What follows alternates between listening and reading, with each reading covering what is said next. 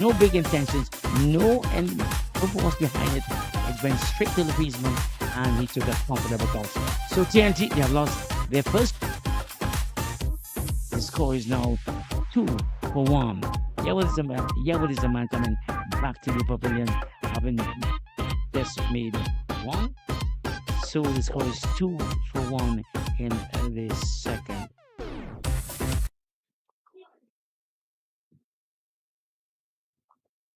So Barbados, they have done what they wanted to do, at least picked up an early wicket. Ex- Exactly that. Things that were just the way they wanted. It's going to plan it out. Certainly is going to plan so far for Barbados. Have gotten off to some great starts so far in this tournament. So continuing in that vein of form, have seen some great bowling and batting from Barbados.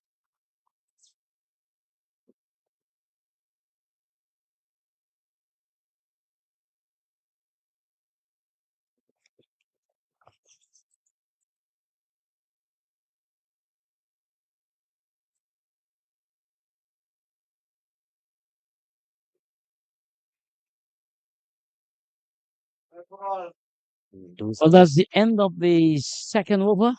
TNT a 2-1, and the man picking up the early wicket there is Jakeem Pollard. A good delivery indeed that had, yeah, we're popping it up. He didn't, there was no great intentions if he wanted to play an attacking shot or just he wanted to defend. But he was caught in no man's land, and he was caught out at the man at short cover, you could say. So that's the story so far from the Ancient Alley Park. I think that's a great lesson for a young batsman early on. If you are looking to play a shot, don't go half-hearted at it. Just commit.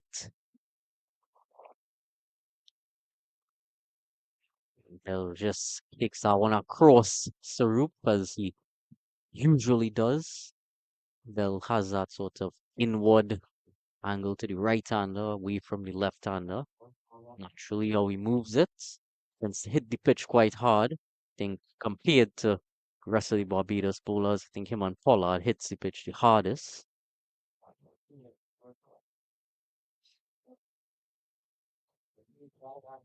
So this is the start of the third over. Shaquille Bell, as Dylan said, he's hitting the deck quite hard indeed. This one also a goodish delivery with some steam, but Saru picked up the line very early and allowed it to go through to Boeing. So that's how it's been going so far. But the fast bowlers, they do look a bit well menacing at times because they approach the wicket with a great amount of uh, uh, with with great amount of intentions, trying to really upstage the TNT batsman. And there's another appeal there. Bell just went across him for third time in succession and thought he caught a bit of the edge, but again, the umpire not thinking that. Yes, indeed. Bell thought maybe he had his man, but umpire Bernard Joseph, well, he said not out. And well, as we've seen throughout this tournament, once you cricket, yes, that's why we have the umpires there to rule what's really happening. It's a bit fuller that occasion, but a bit too wide for Bell. Really trying to push that angle across.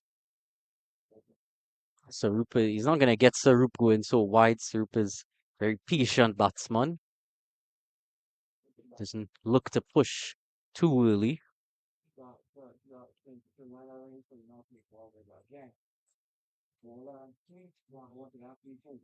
Sarup just taking a bit more time there. Off his helmet, put it back on. Got back into the zone now, waiting for Bell.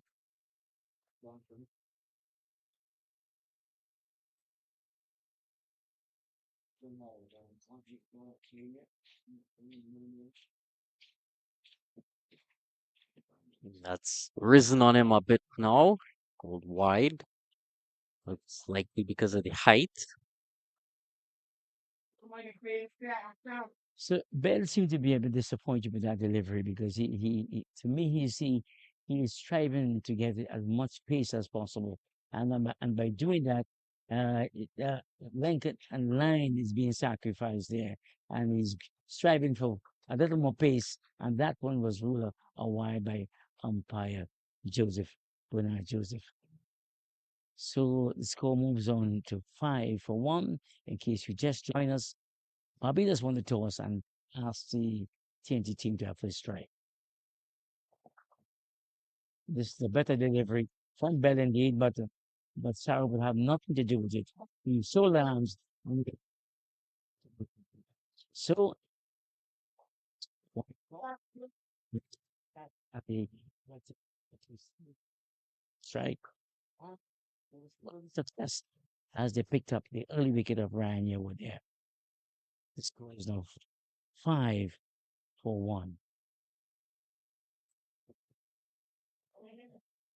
Oh, Well, second wicket for Barbados.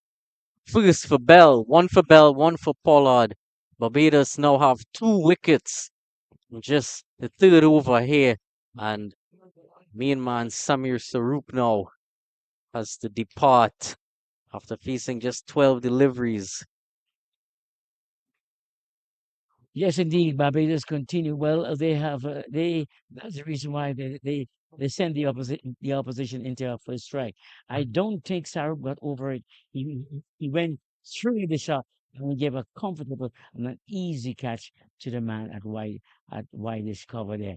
So TNT and now they have slipped to 5-2 in the third over. Both openers are gone and joining, and there we see making his way to the middle is the Darius Batu Singh now coming out. That's Batu Singh, yes. That's the man 5-2. making his way to the middle. And he will join Joseph Mendoza. Mendoza is he the other one? Dylan, yes, he is. Mendoza and Yeah, Batu Singh, two new batsmen at yeah. the crease now. So So two new batsmen at the crease indeed. having to start over.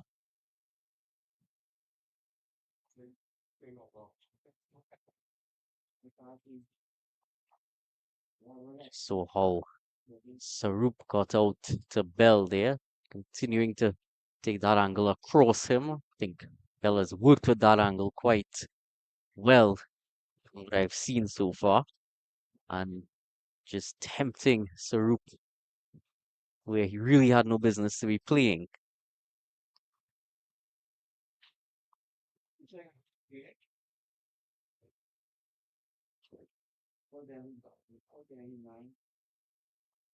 Bouncer rose on him and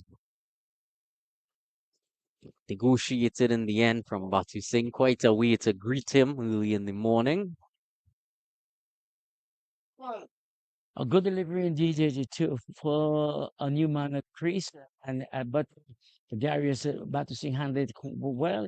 He got over it, and he played a very aggressive shot. I didn't go anywhere, but at least he showed the intent that he's not afraid or he's not intimidated by the pace of Shaquin Bell.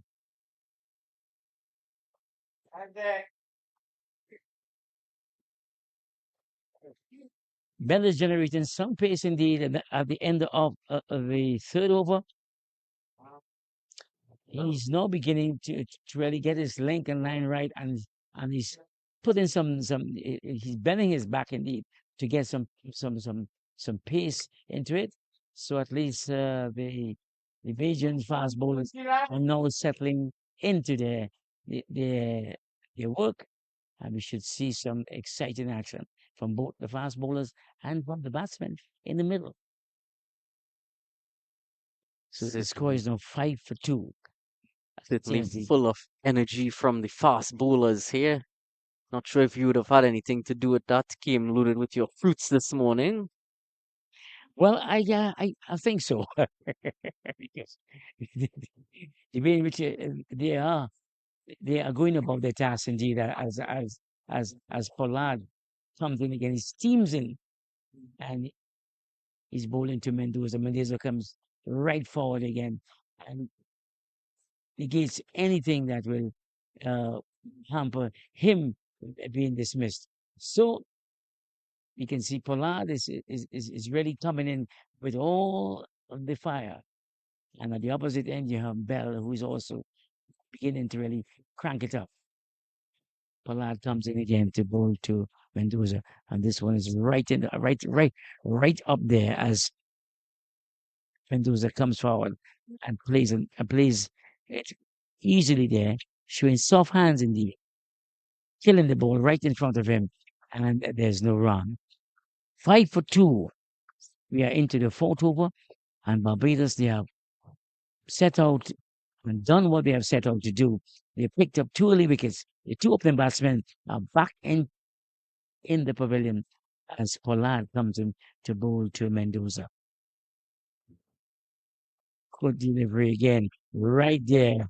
Mendoza is up to the task. He came forward and picked up the line early and showed arms as the ball went through to the wicketkeeper Just on got the to way. come back to him a little bit there, Pollard. So showing some good skill with his seam position early on. So similar sort of movement from Pollard and Bell. Bell taking it away from the left-hander and similarly from Pollard. And again, that movement from Pollard pitched it up a bit on that occasion and a bit of an appeal there, but no movement from the umpire. He's got it fuller there and got Mendoza to just prod at it.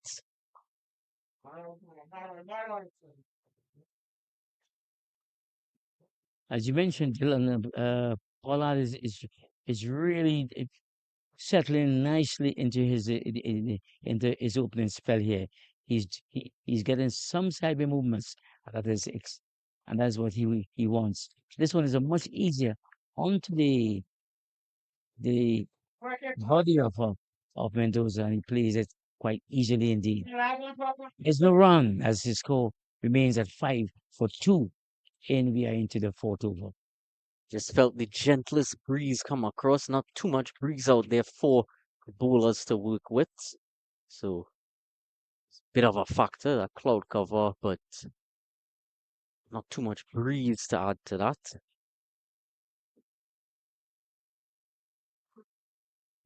That's pitched up again from Pollard and well played from Mendoza. Maiden over there from Pollard. Great start from Barbados, continuing from what we've seen from them all tournament. Excellent start indeed. Have an excellent start by the two opening bowlers, the fast bowlers, Bell from one end and Pollard from the other. So I think the captain will be quite pleased with what of what his two bowlers have done so far, and they have really put the pressure on the batting team, onto the Trinidad and Tobago on the 17s, who built this partnership between Mendoza and and Batu Singh, and they will attempt to rescue things and to settle things down and to really put the host team on an evil keel. Because as we see again, this is Bell again. He will be bowling to Batu Singh, Darius Batu Singh, who came in at the fall of the second wicket.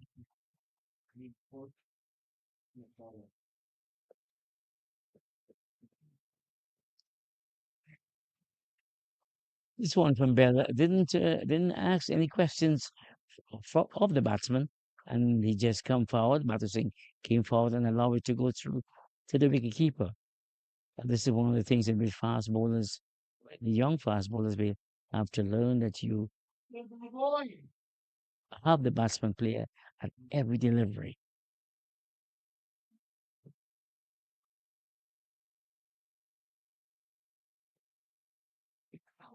Yes, fishing there is Batu Singh. Definitely likes the feel of bat on bowlers, Batu Singh.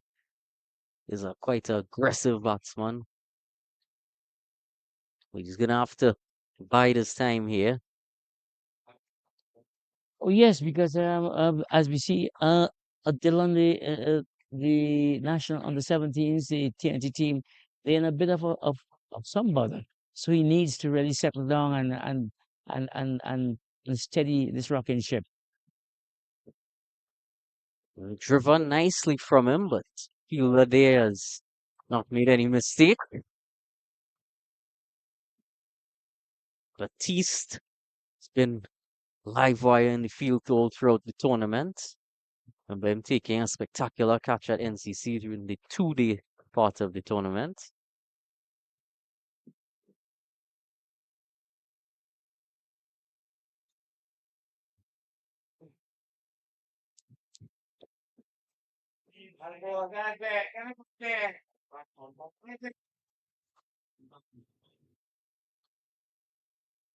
As you mentioned before, Dylan, some batsmen such as Batu Singh, they love to feel bat on ball. They like to feel that. But sometimes you got to get into the trenches and really fight your way out, dig your way out of it. I think this time around, he has to really dig in and steady this and have a steady innings. This one here from Bellis is quite short. And Batter Singh, as we mentioned before, he loves to field bat and ball. He's quick, top this one to the point boundary all the way for four. So it's the first boundary of the morning. An excellent shot by Batter Singh there. Certainly a lovely shot there from Batu Singh. Just waited for that delivery, just a bit shorter and allowed him to stay back and just free his hands through that. Positive start to get him off the mark.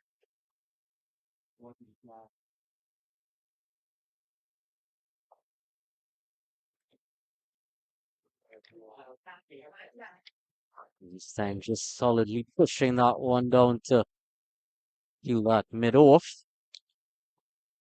9 for 2 after 5.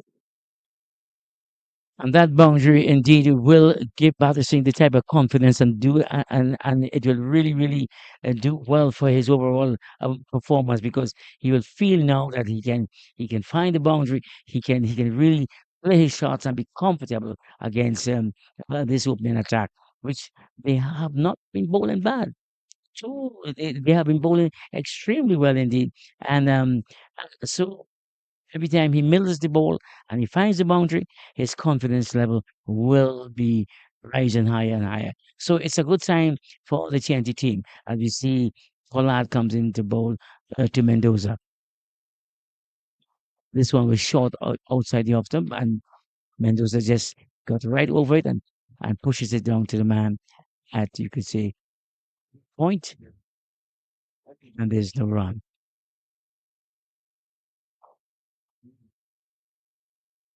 The score remains a 9-2, and we are into the sixth over. Barbados, as we said before, won the toss and they sent the opposition TNT on the 17th to have first strike. As Pollard comes into ball to Mendoza, and Mendoza is right behind this one. Everything is right behind it there. Excellent. This is the type of play you expect from the youngsters to get behind the ball, to pick up the line, and to show the full face of the bat once they're not into ultra attacking mode. Yeah, Mendoza has looked quite comfortable at the crease so far. Not off the mark yet, but has put forward a good defense. Pollard just pulling up there.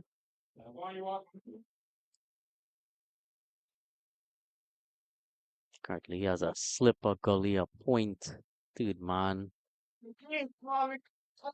extra cover, mid off, mid on, mid wickets, and a deep fine leg.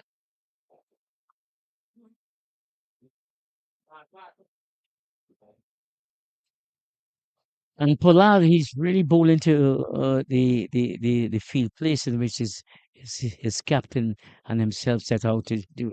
He has as Dylan just described there. He has placed his Fiesman exactly where he wants them.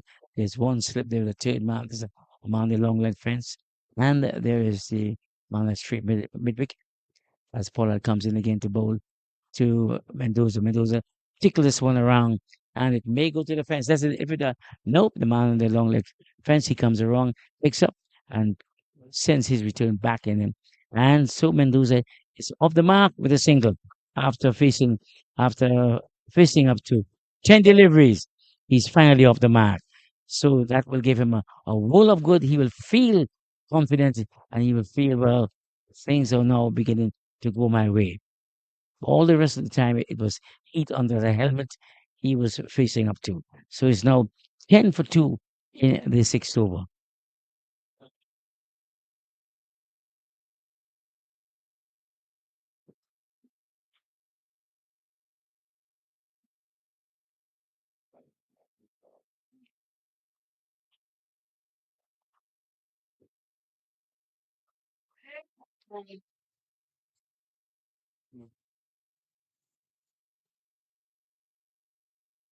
Pollard really hasn't moved from that length. Continued to build pressure, and even with that one boundary, he's stuck to his plan. You see Joshua Dawn, one of the standout batsmen of the tournament.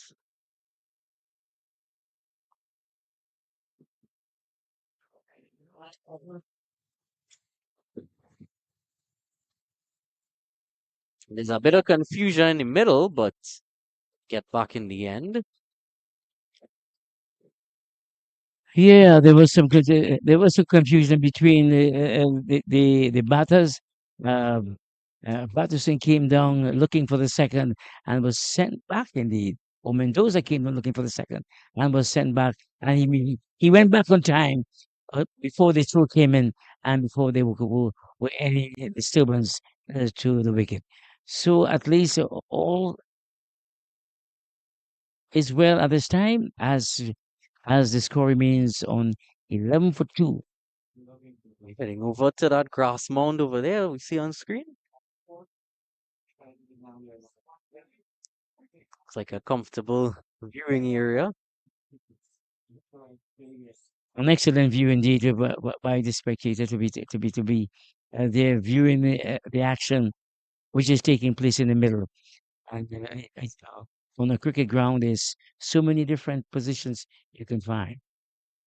But as Bell comes into bowl to Batu Singh, this one is climbing, but Batu Singh offered a late shot indeed, but the ball went through to the wicket keeper.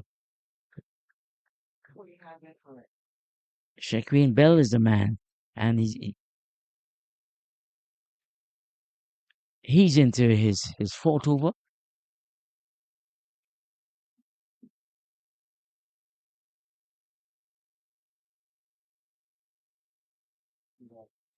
Very cool conditions indeed, and not the baking sun that around this time of the day that we sometimes experience, but it is very cool indeed. And I think the fast bowlers they really will welcome that and enjoy bowling in these conditions.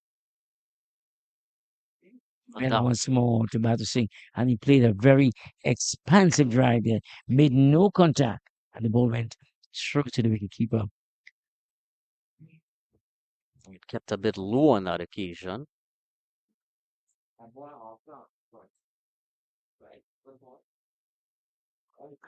The wicket itself it does look like if sometime during this day, once play continues, there will be it might be uh, it might play a bit low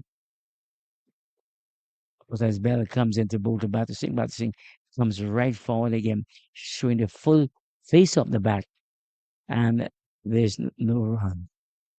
But as we were talking about the wicket itself, the color of it, it seemed like if as it wears on, it might get some others keeping a bit low. But it's been a good wicket so far.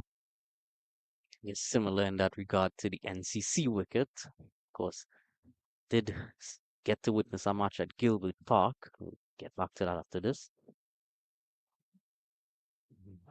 In that match, I did notice the bounce was a bit more consistent at Gilbert Park. Generally, some more bounce at Gilbert Park as well, so I was quite encouraged by that. Of course, here in NCC, spinners tend to rule the roost. Yeah, on this wicket, the London, which we have seen over the past couple of matches, the bounce is quite even, and it gives both the batsman and the bowler a chance. Once you can bat, you can bat. Once you can bowl, you can bowl. And this one from Bell is right up there again. And Badr Singh is up to the task as he pushes this one to the man at short extra cover, and there's no run. So it's a quite an intriguing battle indeed between bat and ball here. And the two batsmen, they are fighting all the way. They are intent to keep their wickets intact. Badr Singh, left-handed Badr Singh, and the right-handed Mendoza. But they have to deal with two excellent fast bowlers in Shaquille Bell and Griffith at the other end. But Bell comes in once more to bowl to Batterson. Batterson comes right forward again. He pushes this one. And they, Well, what you're saying was trying to get that single. Mendoza wasn't too anxious to get down to the other end, but eventually they were able to sneak through. yeah, and this is one of the things in which a batsman must be alert to, must be very, very aware that the quick signals must be taken. And every time there is an opportunity to get a run, they'll have to do it.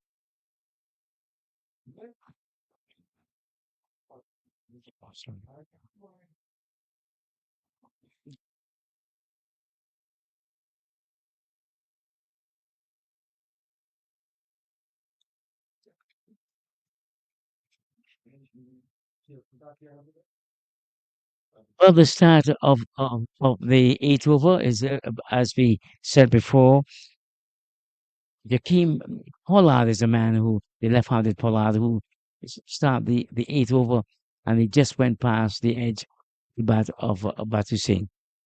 Batu Singh played a big drive indeed, missed, and it went through to the keeper, which which Pollard may feel encouraged by that shot, but no harm was done as Pollard comes in again to bowl to Batu Singh. Bowls to Batu Singh. Batu Singh played a big drive indeed, but it wins a straight two extra cover. The man there's Wiggins. Is standing in the way, and there's no wrong. An excellent fielder, an excellent stop indeed. It was a big drive indeed. It came off sweetly off the bat. There was a nice song to it, but Wiggins was there and he made the stop. Be interesting when we see RG Kittens get into the attack as well. Comes with a relatively high arm action and tends to get that ball to move with that same sort of angle away from the left-hander. This RG Kittens.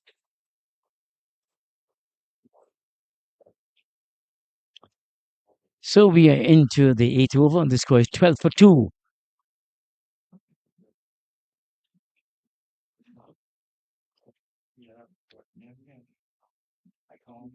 Pollard again comes in, the left-handed Pollard comes into bowl to Batterson. Batterson drives.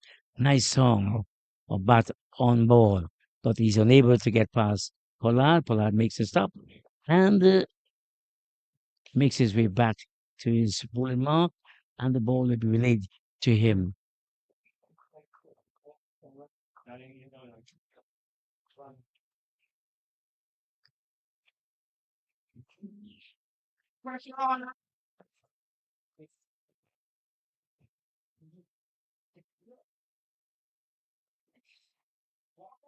Good delivery again from from Pollard. Indeed, this one is right up there. Patterson came forward and had to dig it out. Indeed, Really nothing he could have done with that delivery was a great execution of a Yorker. You don't tend to see that a lot up front, but one thing I also remember from these Barbadian bowlers is that they weren't they did use the Yorker quite a lot early on, even in that two-day encounter, which was quite promising to see. It's that's going quite close to that fielder, but just landing a bit short of him. Of course, you don't usually associate the Yorker with early on in a game, tend to associate that with death bowling, but use it at any point and still get a desirable effect from it. Yes, indeed. When you look at the two dismissals so far and the way in which some of the shots have been played by Batusing himself, it seemed to me that the ball isn't coming on as quickly as they would like, because that one was a nice drive, but he didn't get hold of it. So by not middling it completely, he was unable to really get the full force to take it past the Fiesman. But I got the impression that the ball isn't coming on as the batsman like, because the two dismissals seems to be like they held back, not in doubt about going through with the shot, with their respective shots, and they both pay the price. So let's see if both Mendoza and Batterson will be able to really settle in and really get the pace of this wicket before they attempt any big expansive drives. Well, there's Gittins. I was just talking about him into the attack now and just straying a bit down the leg side. It's going to go down to that man at a very fine leg.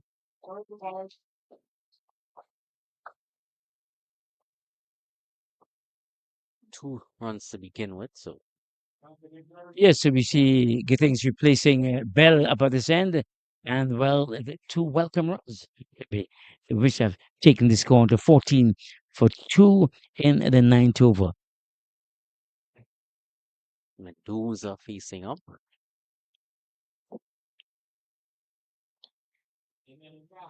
Solidly forward and defending that again. So at least the bowlers have they haven't switched from Bell to Gittins. I think Bell Gittins is keeping the pressure up. He's keeping the ball up to the batsmen and forcing them to play. Indeed, He's kept one slip in place. The gully has gone into that cover region and point is still there.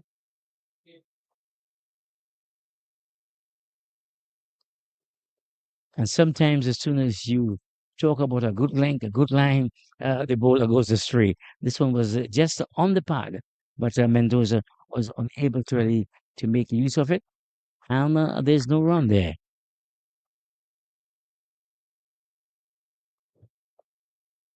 As we see, the current run rate is 1.65. So, and the TNT batsmen, they are understandably getting digging in and really rebuilding. So the scorecard will be a slow one until Why they get things does going. why does Italy help the scorer there? Brought it up to 1.76. It has been a slow start, of course, with those 2 wickets falling kind of expected, but in those overs where you don't have too many, when you have the fielding restrictions in those opening overs, you do want to make a bit more of that because when the spinners come into the attack, it is going to be even more difficult. Zachary Carter won't be long until he's into the attack.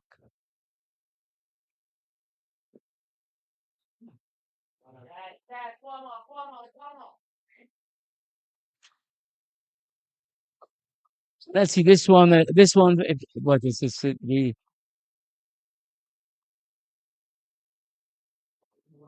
This one was just, but Gittins dug this one in his half of the field. It climbed over the batsman.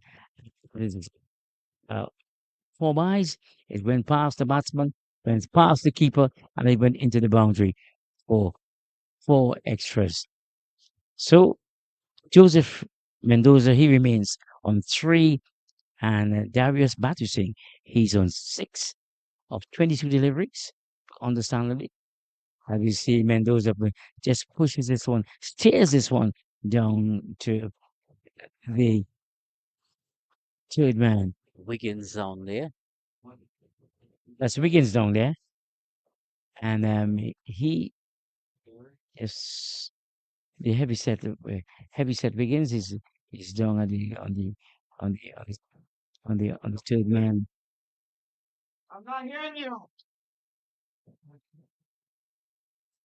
Score movement to 20 for two as Gittins once more into bowl to Battersea. Goes to him. Battersea drives, but he lets go of the bottom hand, the left hand because he's a right-hander. He drives well, but unable to beat the fieldsman there, and there's no run. The end of the over indeed.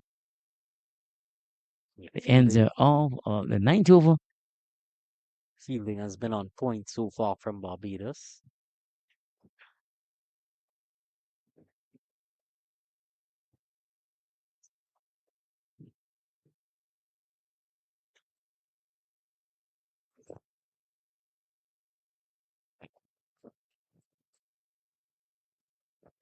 So as you predicted, Dylan, there's another change, and let's see who's the man who'll be taking up the attack from who will replace Pollard because Pollard and Bell they both had good opening spells. Bell was replaced by Gittins, and this time we see Well, this is going to be Kevion Newton. Kevin Haven't haven't seen him bowl as yet in the tournament. Saw him bat, but didn't see him bowl. Didn't even know he could bowl Oh yes, till so today. let's see what he can do. And I mean, he has a quite a goodish, a longish run up, so he will be one of the medium fast men who will be seeking to see to add his name to the wicket column. A bit uppish on that drive, but straight to the fielder.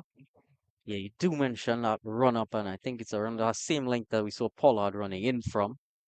Does have quite a ways to make it into the wicket there, so should be hoping to generate a good bit of pace from that. But at times you don't want to waste that run up. It's all about fine tuning that as you learn more about your action and body. It's one short of a good length indeed from from Newton. That one was short climbing and Mendoza was right up there with the task. He got behind it and pushed it back to the fieldsman, and there's no run. Newton himself, he has a longest run, but I believe the run is to compensate for his size. He isn't a big man as big as Pollard, so maybe he he's using the run up to generate the pace which he would like to extract from this wicket. As Newton comes in again to bowl to Mendoza, good delivery again. This one is right up there, but Mendoza comes right forward again, leaning right forward there, head right over the ball. And there's no run. These two have shown willing to that they are willing to steady the ship, and they have been doing a good job so far. Mendoza is on 4 from 19 deliveries, while Battersea he has 6 from 23. As Newton comes in again with the ball to Mendoza, and Mendoza is right behind the Swan. Good straight delivery, Well, it's good tight cricket indeed. not giving away anything as Newton. Really look to start off on that line and length. That's really not giving any free runs away to the batsman.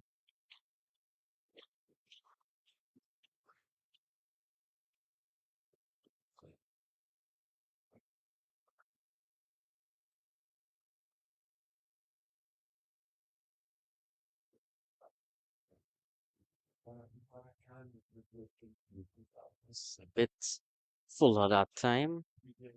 Played quite softly from Mendoza. So the sun is with us now in not in its full glory, but we are we are experiencing the sun because the game start on the a nice cloud cover, but now the sun is outside and it is really really really hitting this ground, hitting the players. Well, I'm certainly grateful it's not out in its full glory right now. It's at just right amount. 20 for 2 still. Need Nova from Newton to begin with. A good over indeed from a good opening over from Newton. I mean, he was right up there. I had the batsman playing at almost every delivery, and we see the umpire saying that this is the end of the power play, the first power play, because we have completed 10 overs, and the score is now 20-2.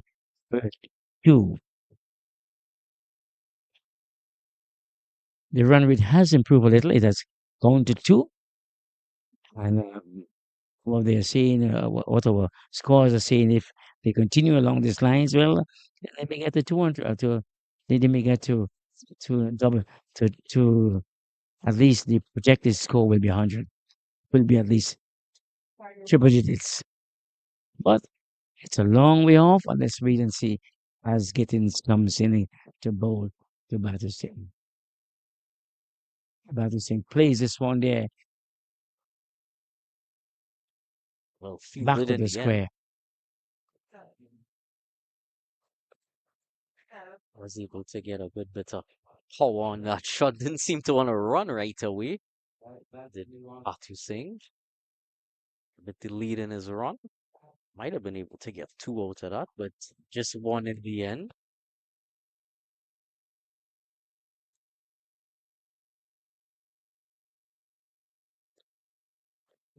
Uh, Plan is much quicker than dry some of some of the wet areas, and to me, it is a much faster than when we were last here. Good delivery again from Gittins. This one went past the edge of the bat of Mendoza. Mendoza played a late shot behind it. I That was just looking for danger. He didn't make contact, and the ball went through to the wicket keeper. At least that was flirting with danger from Mendoza there, because he could have let that one go quite early, but he made a last minute decision to maybe play at it. Didn't make contact, but it went through to the wicketkeeper. So there's no damage was done. But the Bajans must think that they are on the ascendancy because they have picked up 2 wickets as Gittins in the bowl to Mendoza. Mendoza is right behind this one, dropping it right in front of him, and there's no run. Certainly that outfield is forming quite well. From what we've seen so far, it has been an issue at all the grounds throughout the tournament with so much rain, but good work from the ground staff to get it in that position that they have gotten it in, and of course, must be grateful for no rain having joined us here today. Good delivery indeed from Gittins and Mendoza is up to the task. He's pushing that one right back to the bowler who is walking slowly back to his mark. You can see the total official. He's getting ready there because at the end of this over, they're going to be going for a drink, a well-deserved drinks break. But before that happens, we see Gittins once more into Bolton Mendoza. And Mendoza comes right forward indeed. As we were talking about the outfield, Dylan, I think the batsmen they will feel a bit undone because some shots they have played, and they were expecting to have two or maybe a boundary or maybe three, and the ball they just stayed right in front of them. So they will feel a bit undone by the outfield. But that's when you play around this time and you have so much rain around this tournament. We are glad, we are grateful and thankful that we can play and the sun is out at this time. And get this once more into Mendoza. This one is it is a no ball indeed that Griffith transgressed over the line. Yeah, umpire when Joseph called it, and it's a free hit for the batsman. So let's see how Mendoza deals with this one. Score is 22 for 2, and we are into the 11th over of this 50 over tournament. Griffith once more, right? Griffith comes in to bowl to Mendoza. Free hit here. And Mendoza made a big heave right there. And that's the end of the 11th over. The players and the officials make their way onto the field for the drinks break. And this is about a good time. And we too will take a break. And when we come back, we continue the action here at Infinity Park in Presar between TNT on the 17th against Barbados on the 17th.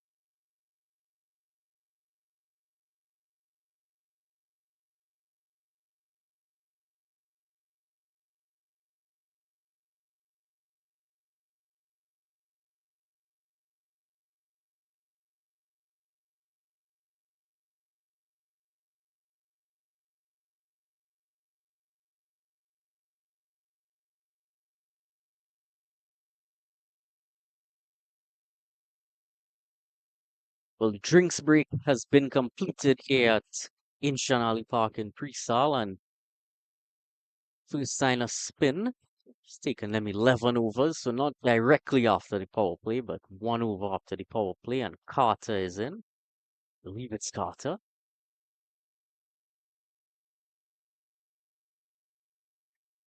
Saying Yeah, Carter. Carter, who has had a very good season so far with the bat. He's the man who's the left-handed Carter. And this one is he out? Yes, he's out. Carter started with quite casual indeed. And the three wickets we have seen have been soft dismissals. This one from Carter was there. Mendoza came forward, and it seemed like if he had everything covered, but he didn't find the gap. He pushed it straight back, and Carter went across the big man and Carter, a tall man, and he pulled off a good catch. So TNT has slipped further into some trouble. They are 23 for 3 of the 11th over. Let's have a look again. Tell you, that was so nonchalant. His catching practice for Zachary Carter came in so slowly and caught that, so it sort of fed back to him from Mendoza. Mendoza wouldn't be too pleased with his effort there. Got in, batted for quite a while, looked quite comfortable during his stay, and eventually was dismissed quite softly. Oh yes, and this is the type of concern that you have when batsmen they do the hard work. I mean, he did the hard work. He settled in after two quick wickets went down. But instead of pushing on, well, he didn't push on. He just pushed this one straight back, and Carter and Carter made an excellent catch and made it quite easily indeed. So the skipper, Brandon Budo, is in the wicket and he is facing up to Carter at this time. He's the man who will be entrusted to rescue his team from any danger that they may face in this moment. But the score line reads 23 for 3. We are into the 12th over, and things are not looking too red for the Trinidad and Tobago on the 17th line. Yes, and Carter here into the attack. He's had a great tournament, both with bat and ball so far, and about to achieve a wicket maiden here. Of course, now that I've said that, they are going to run a single, so no wicket maiden for Zachary Carter. Hopefully, he doesn't pick that up with me later today. Yes, and just to add to what you were saying there, Dylan, I mean, Carter has been having excellent tournament and success, breeds success because runs brings runs bring runs, and you have wickets. Once you have a bowler player, he always attracts. Something always happens when he is at the crease or if he's bowling, and Carter is the man who has the golden arm and the golden bat for the visiting Barbados team. And he came in, and in his first over, he got the wicket of Mendoza. I saw just yesterday he would have hit a 60 odd in that T20 encounter for that makeup game that took place yesterday after no play was possible on Tuesday. So as we see, taking up the attack from the other end is Gittins. Good delivery there, but skipper Brandon Bodo was right behind this one. Yeah, first delivery. He has a big task on his hands. He has been doing well throughout the tournament, indeed, throughout this tournament, and he has to dig deep again to pull his team out of any pending danger. This one from getting the game to Bodo, and it's, the sound of the of bat and ball is quite comforting for the TNT supporters because he knows that he's mid the ball and he's in some good form. He's in tremendous form indeed, and he has been playing good cricket, and that is the TNT skipper. Just to keep you up to date with some other, well, with the other games that are going on up across at Gilbert Park. We haven't had any players yet, likely due to some overnight rain or some wet patches. Is be an inspection there at 11 a.m. Hopefully, some encouraging signs when that does take place. And at the NCC, Guyana 55 for 1 after 10.3 overs against Leeward Islands. Ramprasad Ramnath top scoring with 31 from 34, but he has been dismissed. Wicket taker there, Macaulay Tong. A lot of pace there from him. So him at Gilbert Park as well. Just a few days ago and definitely worked up the pace. Was quite a comeback from Leeward Islands against Windward Islands in that game. So we see Gittins here. I mean, he fires this one and it went it went through to the keeper as the TNT skipper Brandon Bodu just allowed to go through. So Gittins again. He will be bowling to Brandon Bodu. Becomes bowled. There's a lot of appeal. A lot of appeal for like before decision there. The wicket keeper, the bowler, and every player went up and the umpire when Joseph there just signaled it's a leg bar. Well, let's have And a Joseph look at it. was not in agreement with Gittins for his appeal, and he has signaled a leg by. So Well, that's a bit peculiar, honestly. I thought it did look quite close, especially if we know that it was not hitting bat. It looked quite close. Didn't look to be impacting him too straight. Looked like it was impacting him around that off stump line, but still not the greatest position to see it from there.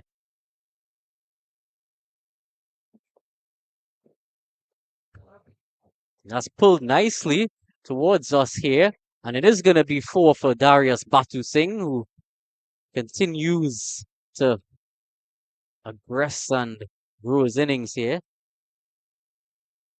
Lovely execution of that pull shot, just dropped too short from Gittins and was easily onto his bat. an excellent way, I mean, to respond to the confident appeal in which Gideon had against the TNT skipper. Batu Singh went down after they went through for the leg by, and he responded by depositing this one.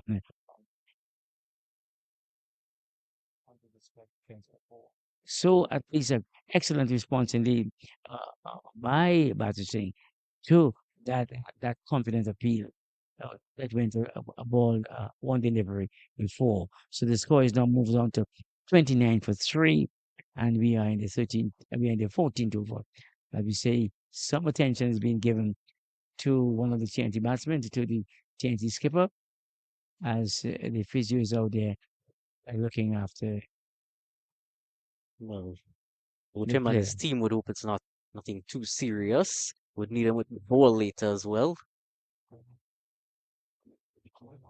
Just to return to that low, that confident appeal there, it seemed like if what must have saved him there, it must have been angling down the leg, but it hit him uh, as you can see now on the boot on maybe the inside of the right foot, and that must was that delivery must have been going down the leg.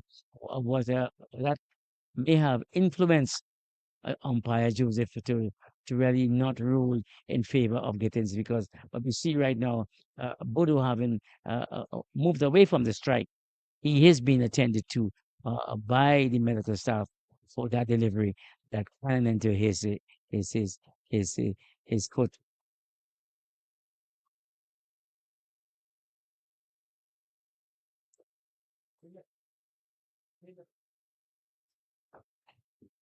The sun here is out in all its glory here as the TNT skipper takes his time to reorganize himself, to put on back his boot and the pair pad. And as he does that, we see the medic is making her way off the field, having done her job and having done a wonderful job because Bolo seemed to be quite well as he fastens up his pad to continue the battle against the bowlers. He'll have to continue a long fight because TNT is in a bit of bother at this time. They are 29 for 3 in the 14th over. Bodo is just on one, having faced 9 deliveries, and Darius Batusing, he's on 11, having faced up to 25 deliveries. The current run rate is 2.23. Not anything fantastic, but it's been tight, tough cricket so far. The Bajans have not made life easy for the Trinidad and Tobago team. Zachary Carter is going to continue that. Zachary Carter 1 for 1 from one. It's a lot of ones. One for Brendan Boodoo and 11 for Darius Batu Singh. So it remains.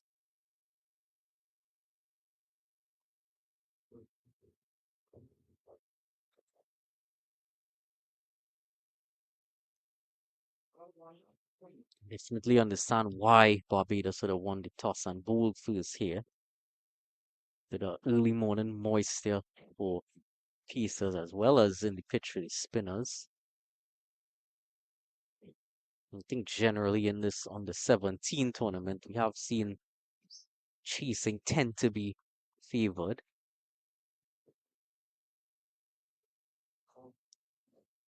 Well, that was close to that fielder, but diving effort in vain as was unable to stop that. A good shot indeed there from this one was short. He went back and he hammered it past the numbers. Bell, who made an excellent attempt to bring up the catch, but he did not, and it went into the fence for four. So it released some of the pressure, some of the tension that was on the TNT skipper as the score moves on to 33 for 3. This one there jumped from Carter there. The left arm spin of Carter. So it jumped easy. It went over the bat of Bodo and it went through to the keeper Boeing. Carter again into bowl to Bodo. Bodo flicks this one. Comes right forward in confidence indeed. Put this one to the man at mid wicket for a comfortable singing. The man out there is to keep alive. I think one thing to touch on that you would have talked about earlier is that outfield that isn't the quickest, but I think that's a good method of training for these young batsmen because you do have to run regardless of whether the outfield is good or not. So harder outfield could just be a bit of extra training for your running awareness as well as being able to gain as much speed between the wickets as possible. So must look at it from that perspective as well. Yeah, I must concur with you. I must agree with you totally. And the batsmen, they must run the first run very hard because they realize that the outfield is not giving the kind of rewards that they would like. And this one from Gittins there to the Trinidad bigger skipper, he drove it, it missed, and it went through to the keeper. It was not a nice looking shot, but I think he wants to get on with it. He wants to keep the scoreboard ticking over. And when you are in the 15th over, of a 50 over field, then you need to really start to have a move on. So Kittens once more into bowl to Bordeaux. Becoming Bordeaux hammers this one. Good hit indeed. Well, The feet. misfield there, allowing them to come through for one. Who definitely looks like he wants to stamp his authority on things here. Was having seen out the opening boost from Bell and Pollard, some of that shine would be off the ball. Gittins, of course, a change bowler. I'd want to target him a bit here since it's likely going to be a lot more spin from here on. Yes, indeed. And the TNT skipper realizes that and he is going to be targeting it. He's going to make full use any loose deliveries, and he will be trying to turn the heat back on the Bajan bowlers. As Gittins once more, he bowls one to Batterson. Batterson drives sweetly, goes straight to the fieldsman, and there is no run. It He's been standing. was a really nice looking drive for no run. Fielder ensuring that didn't go past him.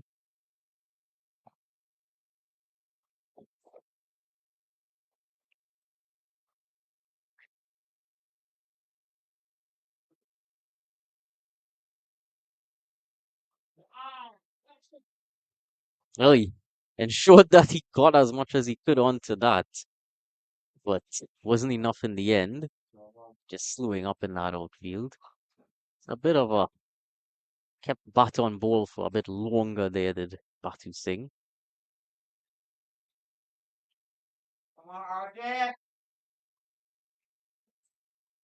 Batu Singh, as we mentioned before, he loves to feel the ball against the bat or bat hitting ball. So he's just continuing there, but he's been very careful. He's been very watchful. He has a watchful approach to his innings. But anything that is up there that he sees, he will seize that opportunity to really make the maximum use to get maximum use out of his shots. And that was two nice looking runs there.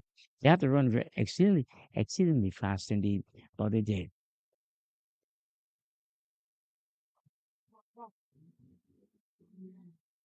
Getting bowling to Battersea. And it's on a short climb, and he responded, but didn't get the type of response which he wanted from as the ball hit against the bat, and there's no run. So the score is 37 for 3. We are in the 15th over.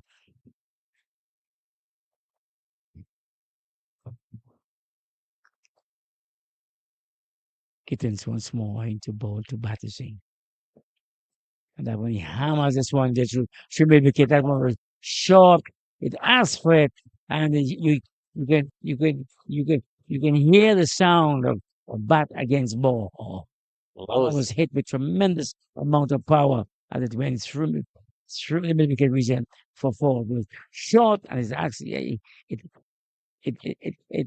begged for the treatment, and it was treated the way in which it deserved.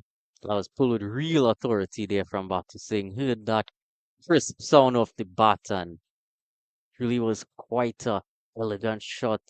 Take another look at that bat swing.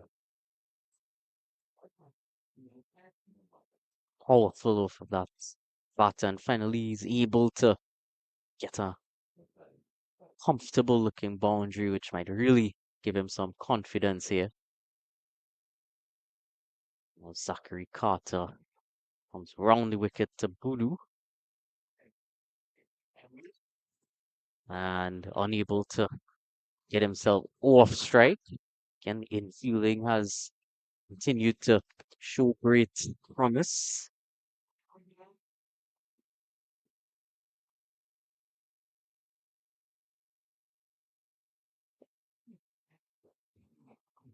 Well bowled by Carter indeed, and Brendan Bull was up to the task. He just came forward and dropped the bat on it. I feel there's a sense of urgency between the batsmen now to really have a move on.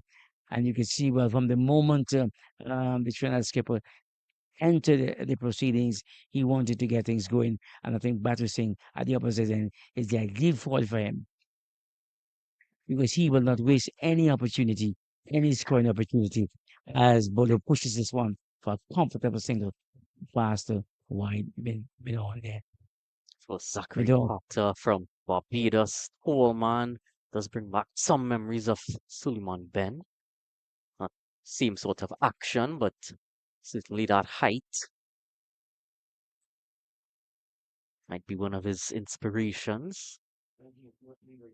Now to the left-hander, so I've noticed this about Carter. Tends to favor coming round the wicket to the left-hander as well. That one just peels off Batu Singh's outside edge. As opposed to many times you see those left arm spinners coming over the wicket to the left-hander. I think Carter tends to favor coming round, and you could see why there. He was able to just slide that one across and catch that outside edge. Again, this time more grounded from Batu Singh and gets it past the fielder, but still no run.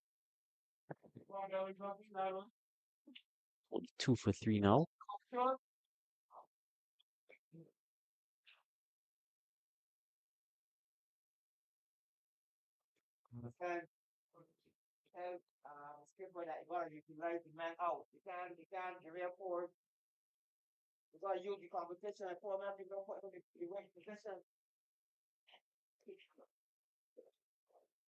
And some feedback from the Barbados coach as far as the fielding goes. Definitely wants to use those deep fielders a bit more. So trying to get that message out there to Captain Dawn.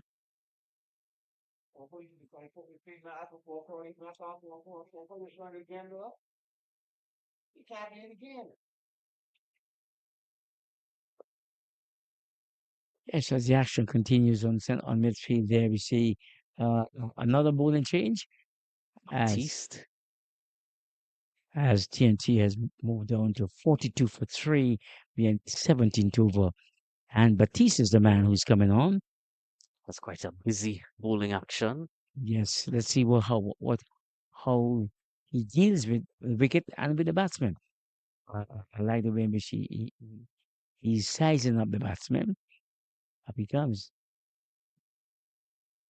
And Bodo comes right forward indeed to make sure that he kills any spin or anything that Batiste may offer. Batiste is the man who has replaced Gittins from this end.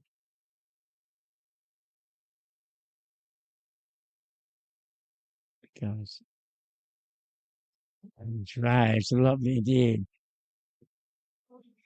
It's a lo- there's a quick response from the fieldsman, catch it, but the batsman went through for a very sharp single indeed. It traveled a bit in the air. That's what caused some anxiety among the fieldsmen, but it wasn't within reach of any one of them. So no harm was done, and Batiste continues his battle. But this time he's facing up to Battersea. Let's see how this encounter unfolds.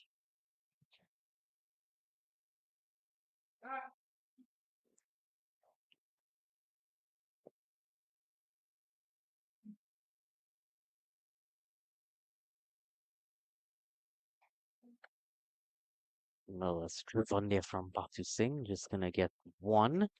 So it went over that extra cover fielder.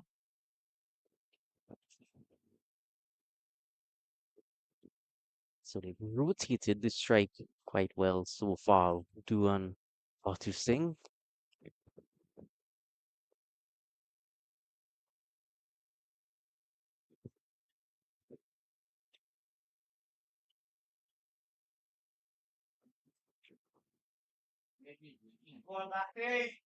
Oh, delivery from Batiste indeed. There, he has a very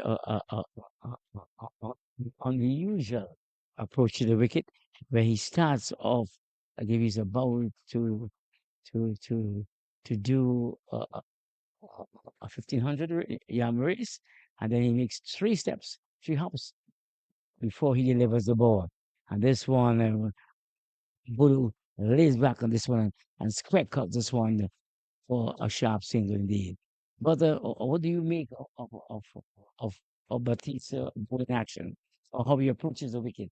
Quite unusual indeed. Well, I certainly always like those interesting bowling actions, just from a viewing perspective, spice things up a bit. And from a batting perspective, it is difficult to sort of make out what bowler is doing time and time again at such a piece that is coming out the hand. So it's always good as long as it's comfortable to you as a bowler. I think it fits in and adds a sort of originality.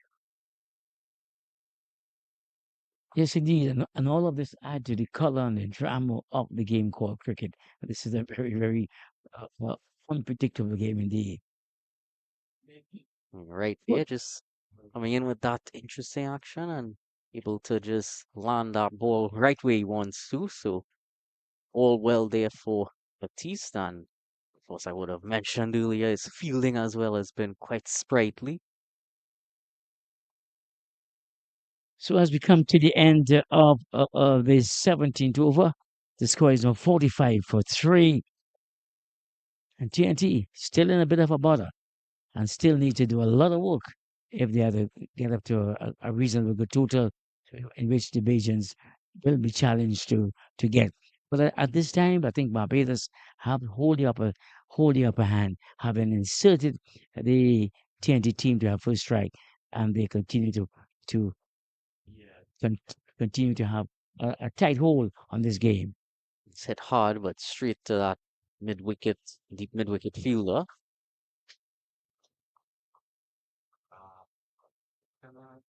Well, that fielder was just brought up from Carter. He sent his mid one back to a long one now. So the two straight fielders, long off and long on in place. And well, this time he hits it just to the left of long off and is able to eke himself out of four here. It's hard to sing. Well, long on from that direction. Good hit indeed from Battisting. It was a full toss. Given the treatment, the fieldsman thought he stood a chance. He went up. It went through him, and it went all the way down to the boundary. 50. We have this about to be half century there for TNT with that boundary. It's 50 for 50 for three. There's a lot of appeal against for like before. For bad pad, but umpire Ryan Banwari is unmoved. Yeah, I don't see much going for that one as opposed to the previous shout.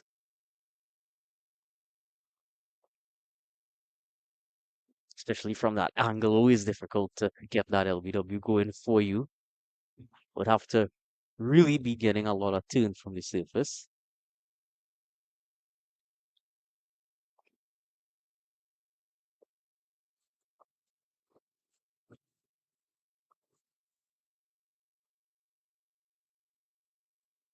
Carter is in his fourth over, having picked up 1 for 12, and he continues. Zachary Carter continues to should left arm spin. And he's bowling to Batterson. Batterson. This one is right up there. Batterson comes forward and pushes it along the wicket. There's no wrong. And that's the end of the over. The end of the over and the end of the 18th over. TNT 50 for three.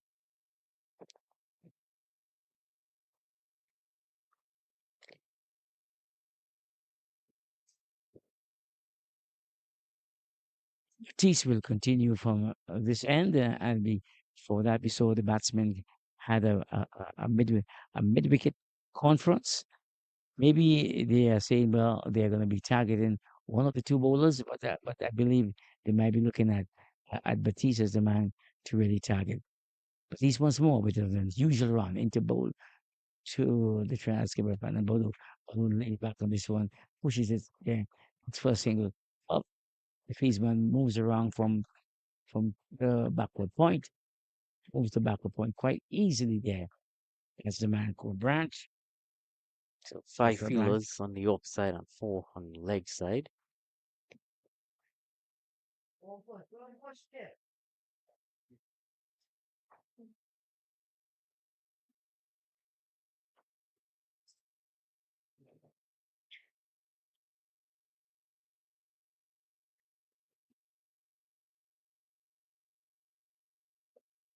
Voodoo has tuned this one into that own side, lofted it, and 4 runs.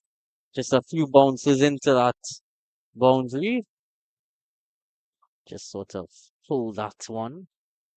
Full sweep sort of shot there from Voodoo and was able to get 4 runs. Brings up a partnership of 31 between these two.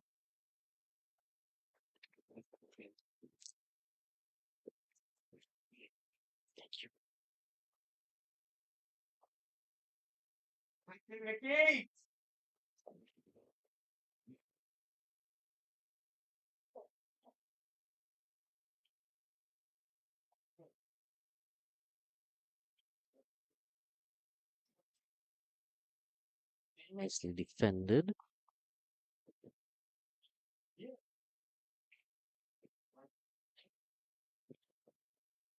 50 for three. We are into the 19th over. Batiste continues with his really usual nice run. That one was short. A little back in my tries, but it's straight to the cover. And there's no run. Ball is returned to Batiste, who is gets through his overs very, very quickly indeed. He comes into Bodo. Bodo comes right forward again and drives more of a pressure drive. And it's wide off on they go to quick single. So that brings us to the end of the brings us to the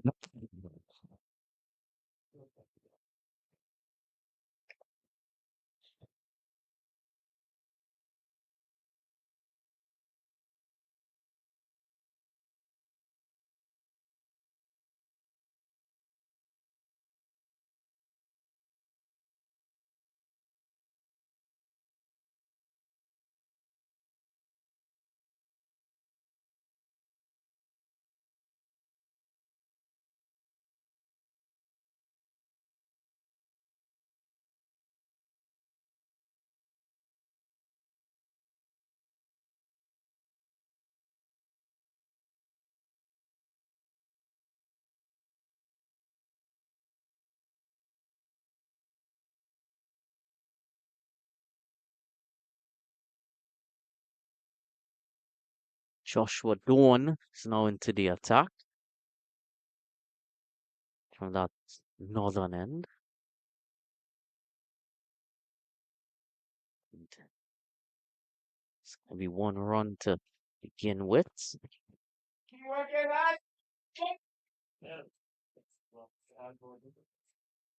well, skipper Dawn replaces Carter from the community center end, if you can put it that way, and and he bowled to the Chandy skipper who picked up a very nice single indeed.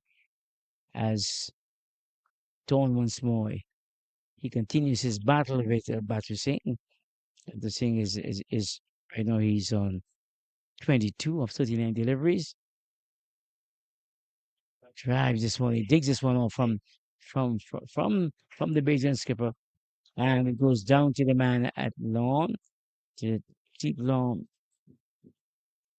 Interestingly, I was going to call that the community center end. Yeah, I think I always like when grounds have their ends named. yes, Not it looked sure. like a community center across there, isn't that? Yes, I did Yes. read that earlier when I was looking across. Mm. Isn't easy to tell behind that side screen. Yes, the big side screen here, and we part of it as Dawn comes in. Bodo is right behind the run. The score is 57 for 3 with 20 to go. Comes Dawn once more to Bodo, and Bodo comes forward and plays a very aggressive shot indeed. But Dawn is in the way. It went straight back to him, and that's the end of the over. As the Bajan skipper Dawn takes his hat from umpire Banwari, and the wicketkeeper Bowen comes down at the opposite end. The sun is away from us, and um,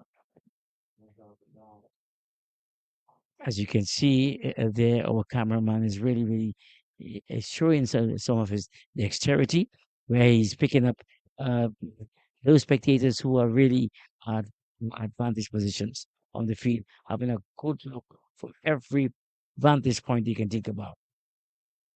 Guess if we were to call that the community center end, we have to come up with a name for the other end.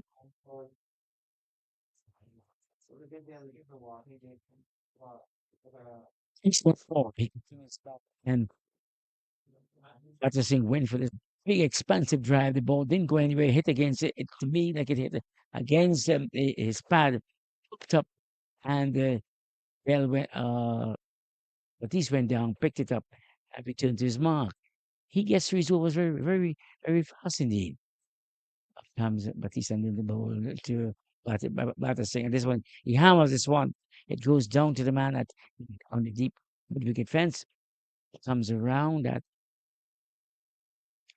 is Pollard, and Pollard release it back to the bowler.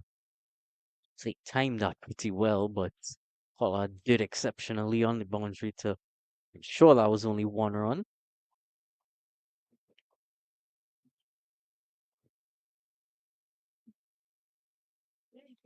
That's up and down and down again.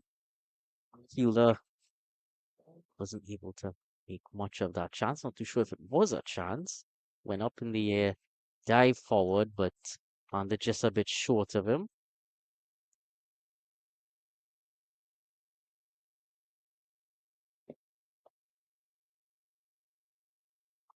So that previous delivery there was created some anxious moments for the TNT skipper because as we suspected, the ball isn't coming on as he would have liked. He went for the flick shot. It went up in the air, and the Fiesman made a gallant attempt, but then failed to get close to him.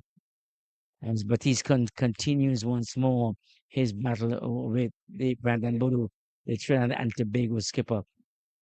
Score moves on to 58 for 3. Batiste is the man. Goes to Batiste to Bodu, and Bodu is playing back, but it's one hurrying onto him, but he kept it out, and the score remains on 58 for 3 after 21 overs. The man at the crease, as we mentioned to you, is the skipper Brandon Bodo of the TNT on the 17s. He's on 17, having faced 40 deliveries, and Darius Batusing. He's on 24, having faced 42. So the contest continues on center field between these two teams.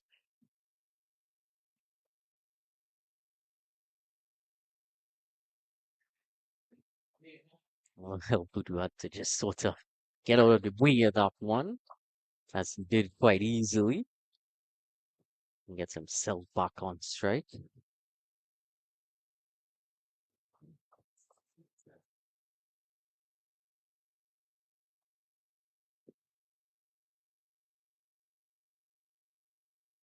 Oh, that one came back in quite sharply from Joshua Dawn, and Budu was napping a bit. Yeah, that pitch and really tuned back in.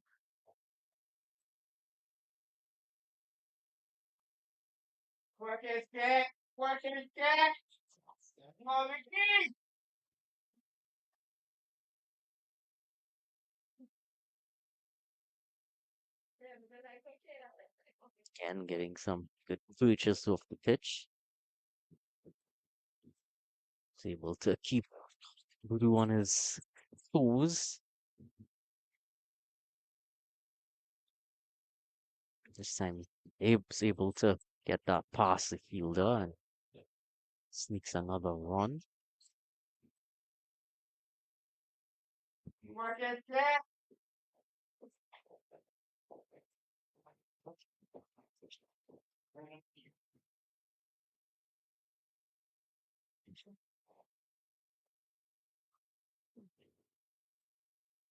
Just take that away from Button Singh. 22 of us going now. It's 60 for 3.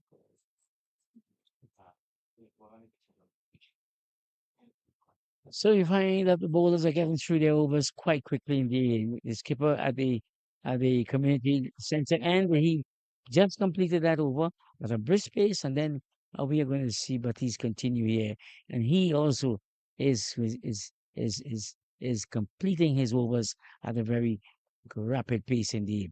So 60 for 3 in the 22nd over, and facing up to Batiste is Brandon Bodo.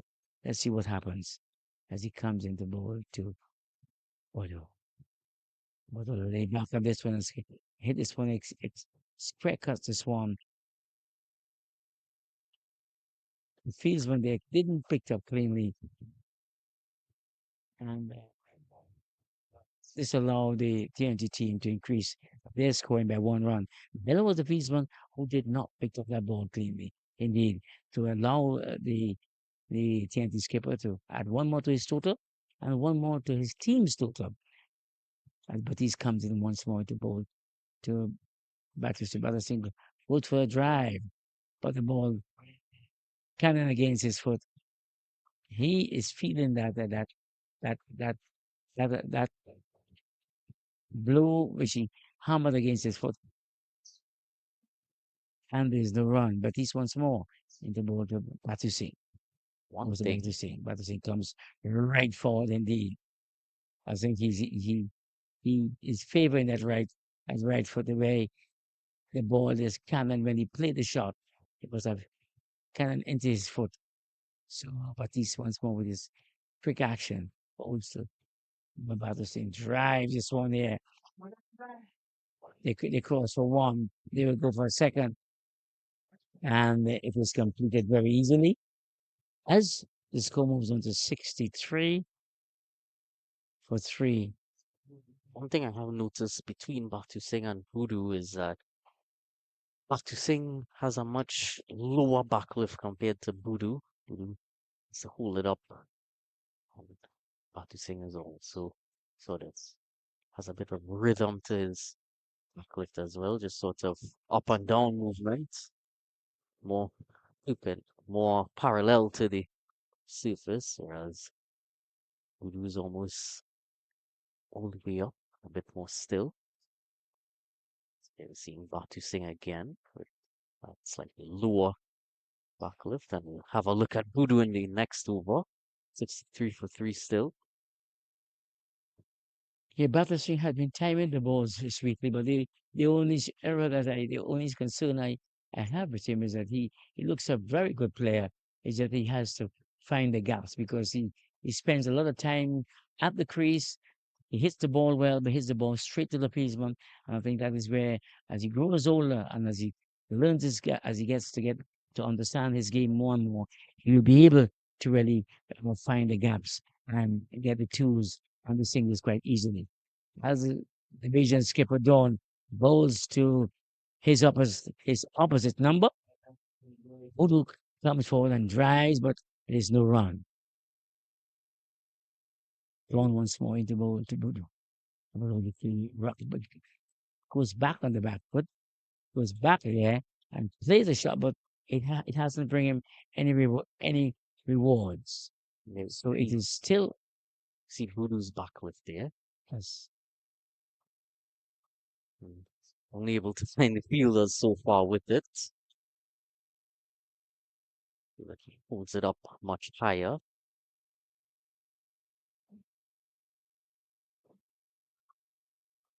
He's really unable to deal with this bowling much here. 50 deliveries faced and gonna be 50 deliveries faced now. I mean, 19 runs. Again, only find the bowler. yeah, and Don has been very economical. This is his third over, just conceded 4 runs. And we say that this one is short, and Bulu pull this one around to the square fence for four. Well, Just he like I said, he was being economical. well, That he one was sent a that straight towards the drinks as drinks right about now come onto the field as if he was signaling for them to come on. So what a nice way indeed to really allow the refreshment guys to come onto the field with a boundary.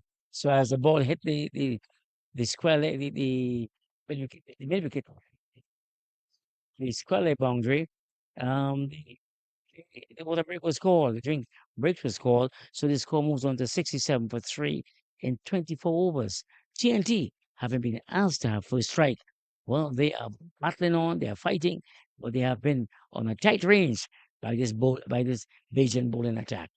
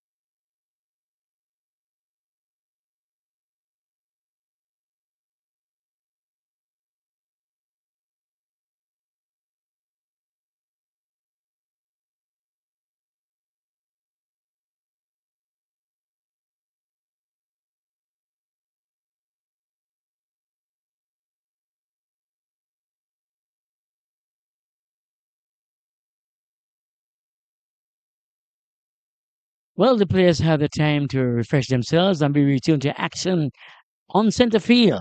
In this encounter between TNT on the 17th and their counterparts from Barbados. The man who is taking up the action is Batiste, has been bowling well so far. He has bowled, this is his fifth over.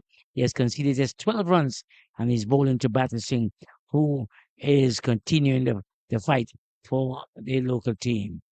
So this one is short from Batiste, and Battersea, he rocked back and hammers it, but straight to the field one at wide cover. And there's no run. The score is 67 for 3 after this is the 25th over. So here comes Batiste again into the Battersea. Battersea comes forward and drives, yeah, beats the man at widest cover. And the batsmen, they go for a single. I thought they would have had more from that expansive drive, but the outfield is a bit slow on the slow side, giving the fieldsman a chance to recover. So there's one more to the TNT total, which moves on to 68 for 3 and being the 25th over. Odo's on 23, having faced 51 deliveries. And Battersea, he's on 28, having faced one more delivery than his skipper.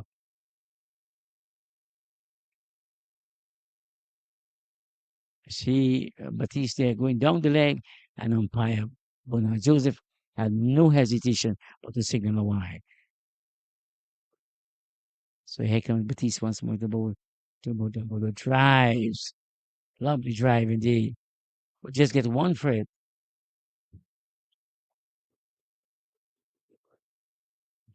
Takes the score up to 70. 70 for 3.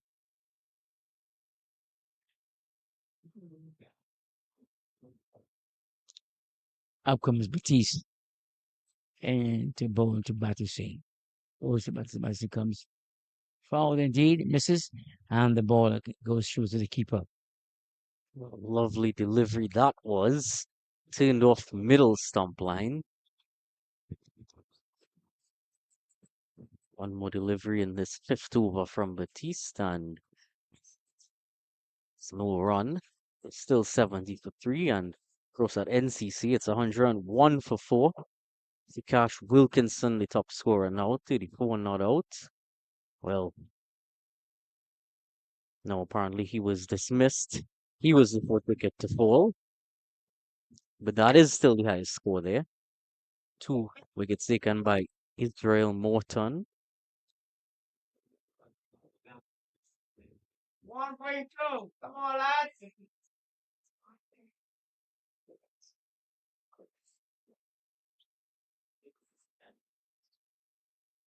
Now Joshua Dawn back into the attack.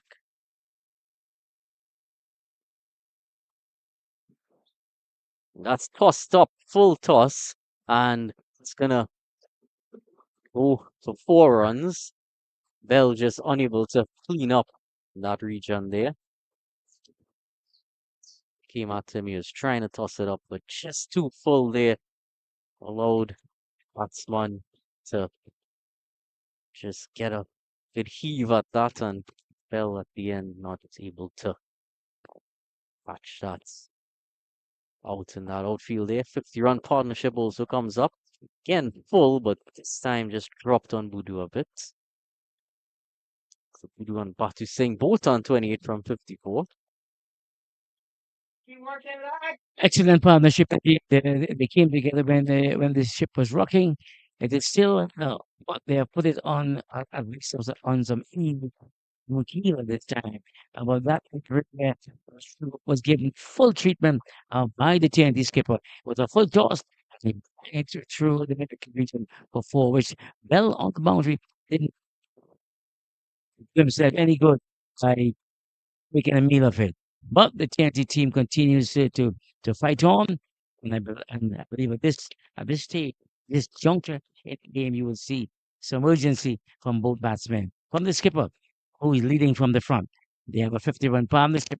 And they have energy and cheering for-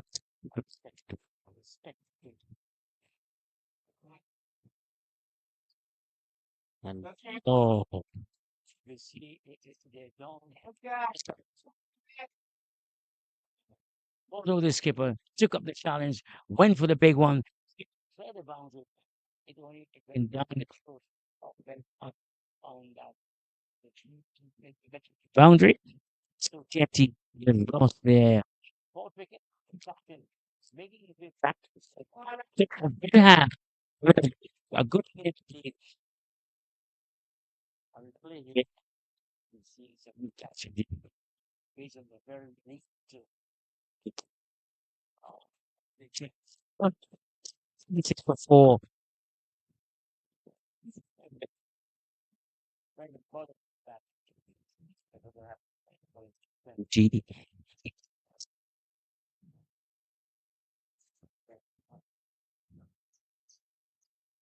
So it's for 76.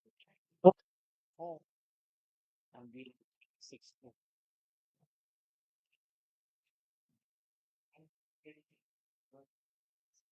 Joshua Dawn finally able to get in on the wicket taking act.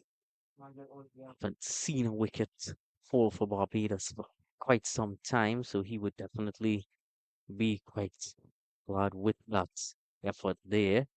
Last time we would have seen a wicket fall would have been in the 12th over when Mendoza fell. So a great partnership had developed there between Batu Singh and Tudu, which the one has finally brought to an end. Christian Lal will get off the mark right away. He's going to come back for a second. And, well, got back there in the end.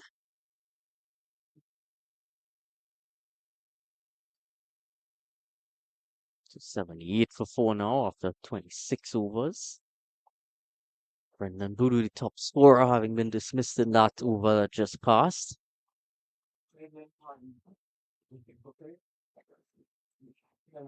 Well, the captain has been leading from the front, and on his dismissal, he made 30 or 57 deliveries, and giving him able support is Darius Singh, who is on 20 of 54 deliveries. Good partnership indeed.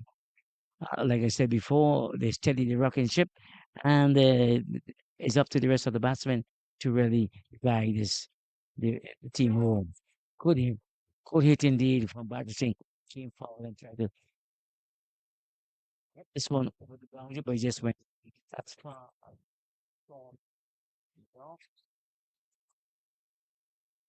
And they got a single. Well, there were quite a few fielders in that region, but the thing was able to time it just well enough to evade each and every one of them. So about 3 fielders converging, and that ball was about to land. It does show you the advantages of hitting straight.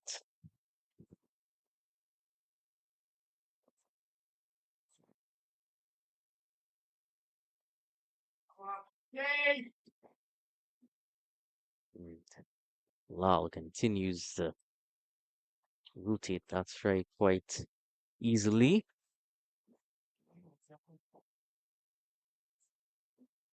Yeah, Christian Lal, he replaces captain, and immediately he looks a busy one because he seemed to be just pushing it around and running it and going for the sharp singles. He's on 3 for having faced 2 deliveries, so we can expect him to really be quite busy at the wicket. Milvus running there. And it's going to be a run out, is it? It is going to be a run out. That's not at all what Trinidad and Tobago would want here. Wicket just having fallen from set batsman Budu, and now it's been another mix-up out there. And batsman is going to have to return to the crease. Have another look at what occurred out there. See Dr. Singh being ready to face that ball, just sort of edged that into the offside and didn't really want to run, and eventually his own demise being called through by Lal, who was so anxious to run between the wickets, but a bit too anxious there, and Dr. Singh having to depart now, which is very worrying for Trinidad and Tobago camp. Cornelia now joins Lal. And this is normally the case when you lose one batsman, another one follows very eagerly and very quickly. You have two new batters at the crease. You have Christian Lal, well, he plays as skipper, and then you have Ronaldo Fonile. He is just arrived at the wicket after a fortunate run out indeed. I believe there was a miscommunication, a mix-up between the batsmen, but they went through for the single. It was not completed, and the Bajans they were celebrating with the run out. So the score is on 80 for 5 of 27. Was this one from the piece. So Lal and it jumped a little on him. Made took evasive action, but no harm was done. As Batiste once more, he has he hasn't taken a wicket as yet, but he has been very economical. There we see they go for a sharp single again. I mentioned before that Lal seemed to be a very busy one, and he is proven me to be very correct indeed. Like he's taking these sharp singles, wanting to keep the scoreboard ticking over. I wanted to move away from the strike, which is a very sensible thing to do at this time. Keep the run rate going, the scoreboard ticking over, and don't allow one bowler to be bowling to you at long intervals.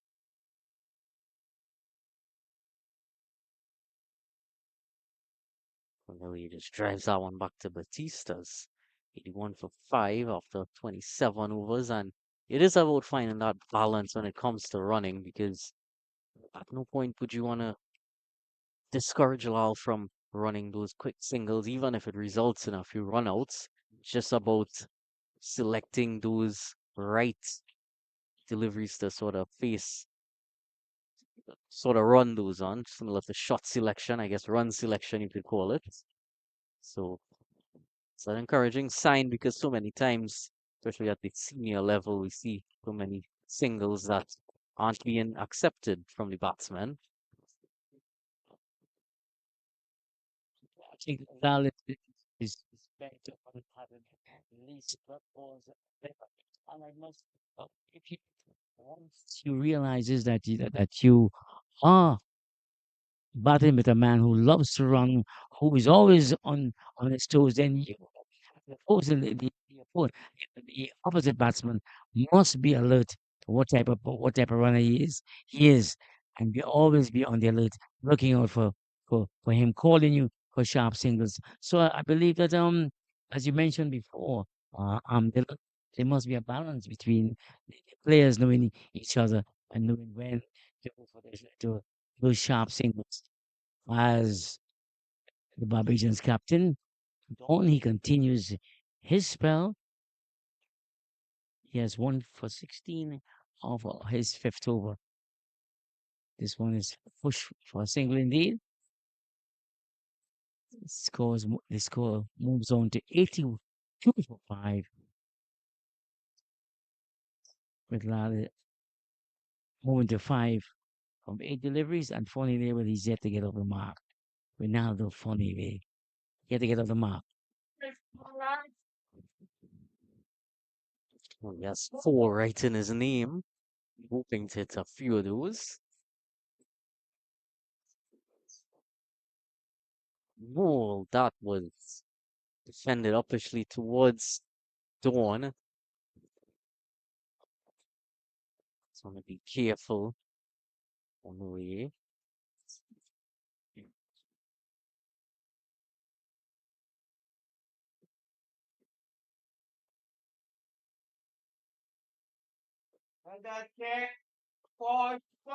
The end of the over from Dawn. His underscore remains on 82 for 5. But looking at the batsman who dismissed so far, Brandon Bolo, he has top score so far with 30. And Practicing he made a 28. So 82 for 5 in the 28th over. And most likely, Batiste, who has been bowling very well indeed. This is his sixth, his seventh over, and he has not for 16. Excellent economical bowling by this youngster. As he comes into bowl to Lal. Lal turns it around, calls for the single. His partner hesitated a little, but they went through for the single that turned out to be a quite a comfortable one. So coming up this time now is Powerplay. See if he can get off the mark, having facing up to Batiste. Comes right forward and pushes one. And this is his first single, his first run. He has gotten off the mark indeed.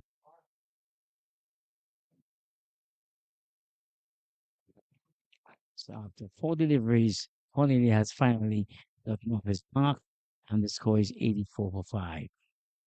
Batiste once more into bowl to the busy and nimble Lau. This one is outside the off stump. Lau watches it cool, watches it all the way into the wicket box. Batiste to bowl to Lau. TNT battling on here. Lau pulls this one around for a single. It goes to the man at widest, deep, widest mid wicket. And it is one run.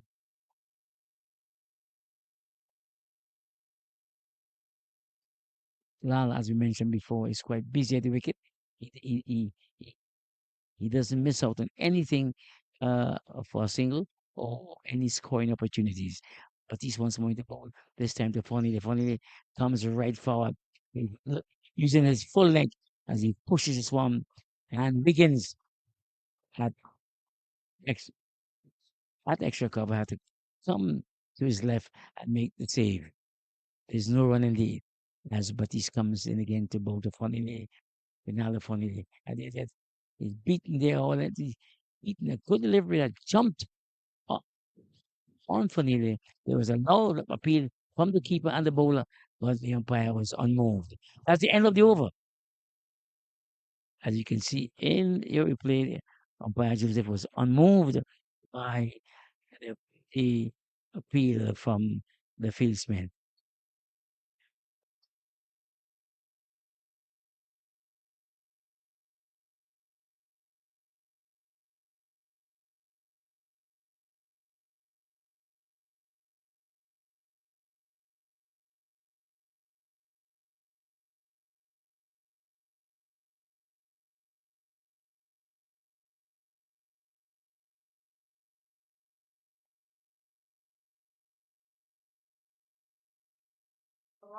Okay, Owen picks up he's in the sixth over. He picks up the attack and he's bowling to La. La comes forward and drives this one here. They can they look for a second after doing the first one very fast indeed.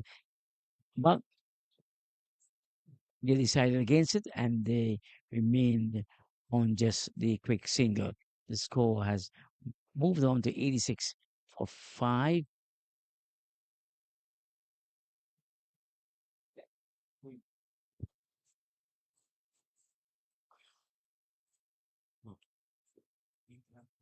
Don and Batista really put a pause on things here as far as Trinidad's scoring rate is concerned.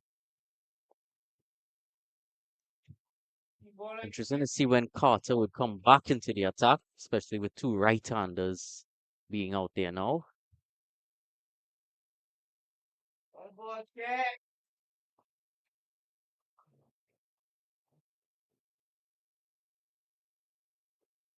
Don has been doing an excellent job so far, keeping the batsman quiet, keeping a tight rein on things. As Tony they comes right forward to that one there.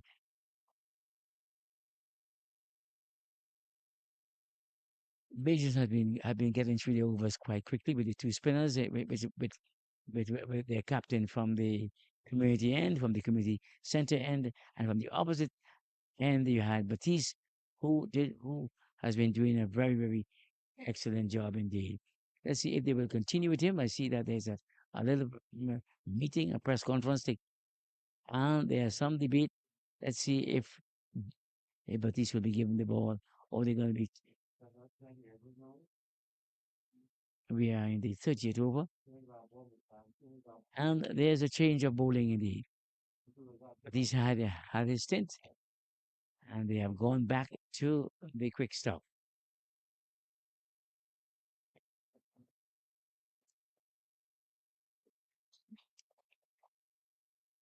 So it's like if they have, it's like if Jakeem Pollard is the man who will take up the attack, and he will replace Batiste from this end. Score is on 86 for 5 in the 30th over. The current run rate is 2.85. Pollard comes in again, comes into bowl to Lard. That one cannons into his path, goes down the leg, and there was a peep by the bowler and the keeper, but the umpire ruled that there was some inside, there was some bat on it, and so the score moves on by one. Lau takes his total to 9, having faced 14 deliveries, and Ronaldo Fonile, well, he's just on one. He has faced 10 deliveries. Pollard comes in now. And Fonile right behind this one, has everything behind it. Textbook style. 87 for 5 is the latest score here in the 32nd over. Barbados they won the toss earlier on, and they sent the Trinidad and Tobago team to have first strike. On the 17th, uh,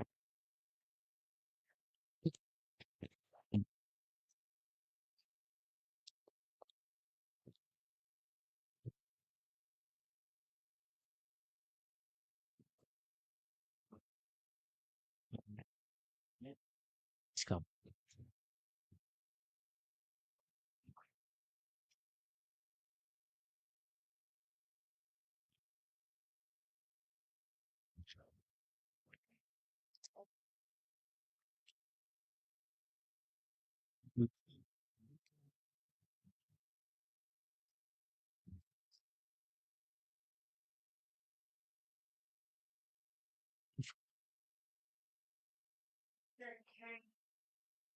It's, well, there's no run.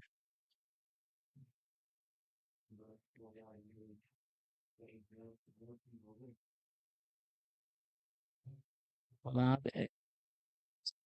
fifth over, they're taking one, uh, three. It's open, spread.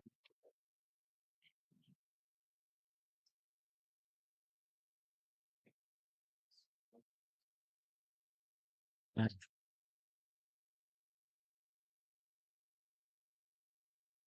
it-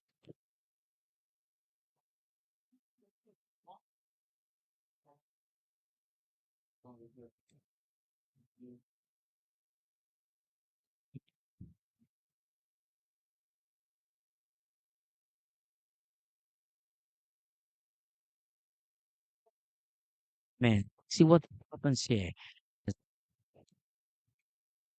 Uh,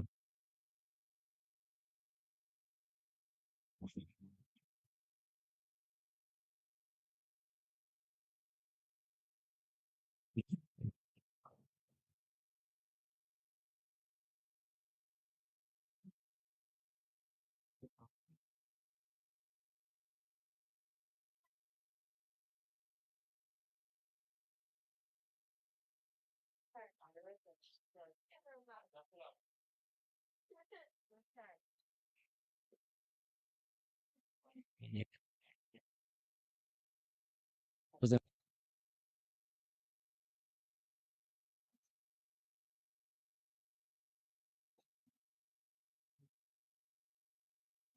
there's the off.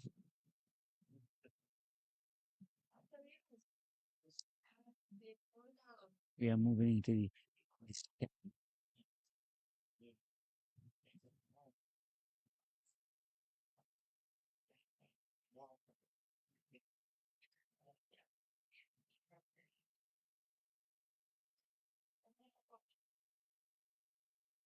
with 88 and the can move this 2.85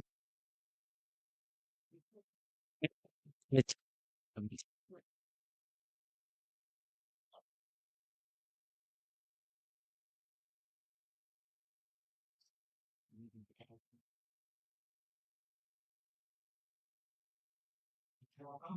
fast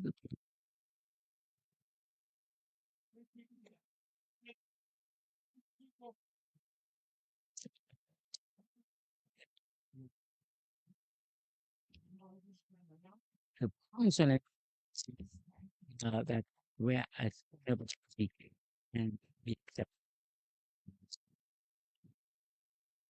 91 for five. So 3 runs conceded there from Barbados. I think one of them was very big. Some loose was on that action and this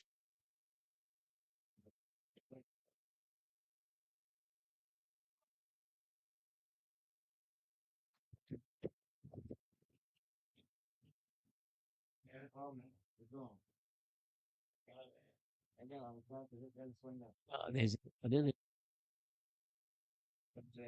and down the Barbadian skip with this discussion on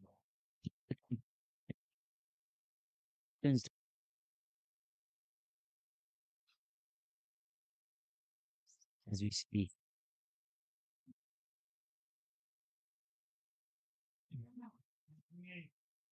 This one,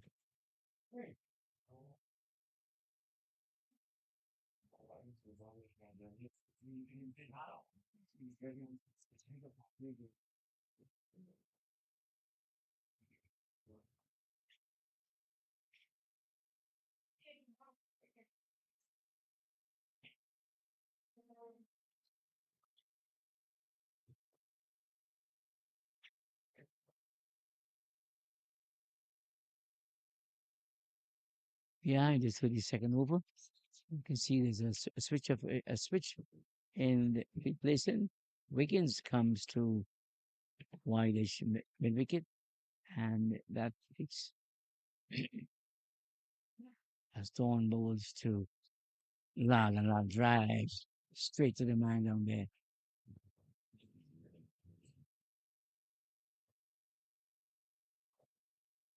Dawn bowls to la is middle this one very nicely indeed. This one is pushed past the fieldsman, and they go to another spin.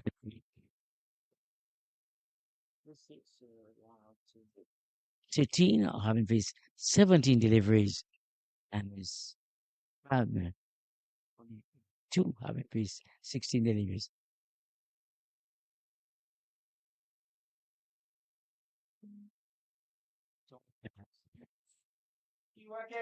Went from really have a confident appeal against yeah, but the umpire is a leg by.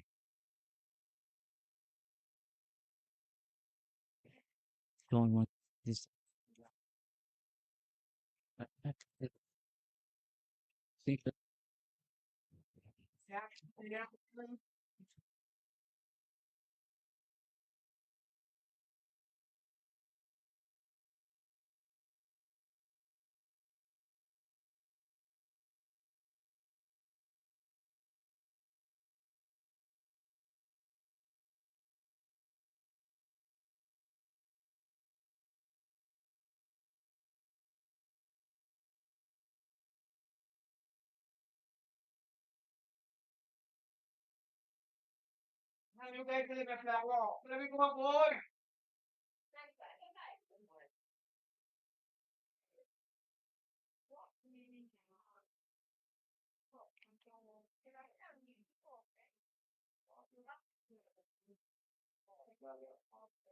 Score is 95 for 5 in the 32nd over. As Jakeem Cornwall is the man who is bowling at this time. This one, funny, they just now just went back on it. It hit the offside edge, went between the keeper and the first slip all the way down to the boundary for 4. So And a bit of an awkward angle there for the fielder, for the wicket keeper to have to contend with that ball just landing, sort of yorking him after it came off the bat. It's Lal getting a bit of fortune there. Pollard continuing with this round the wicket angle in a second spell that does tend to use quite well.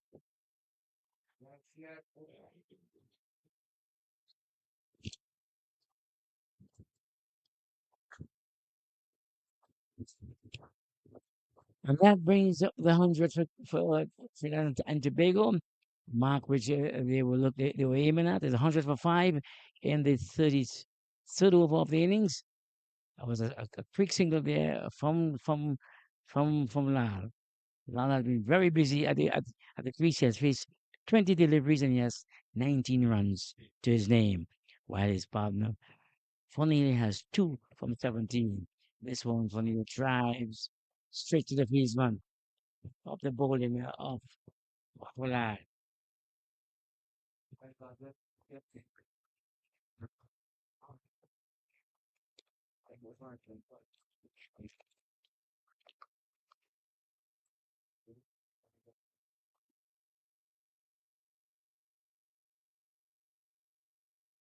Lal has 1 for 11 off 6 overs.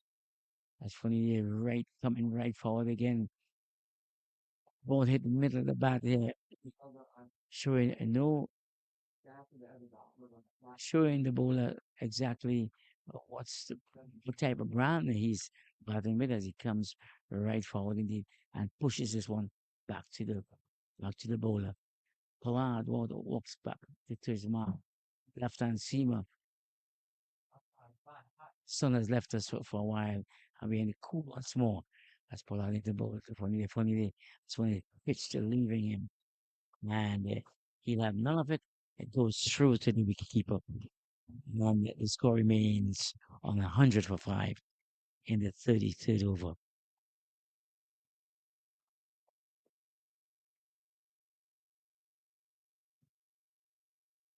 I think if we are in the cool, we're in the cooler this time, and the players must have welcomed that because there was some sun, but now we're in the cool. And this one, Funny drives straight to the man in middle, mid off, and there's no run.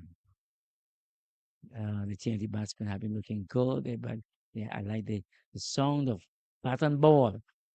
But they need to find the gaps and to turn the scoring around. They need to find the gaps and let's shot and let's push to the left or to the right of the fieldsman will bring more results.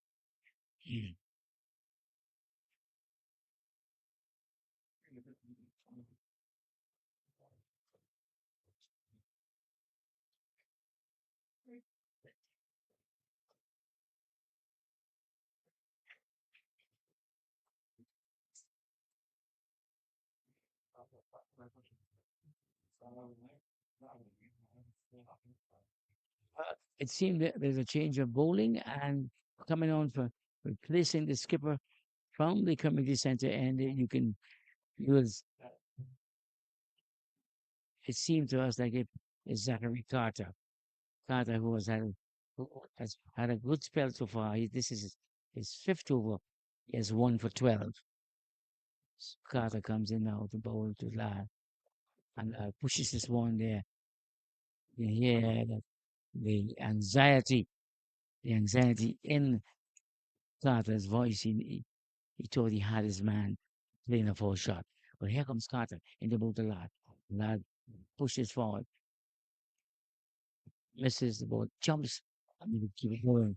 Has taken off the bails in a flash. But That was a great delivery from Landlord's feet Carter. was down. And well taken by the keeper as well. I must say that this keeper, Owens, has impressed me all throughout the tournament.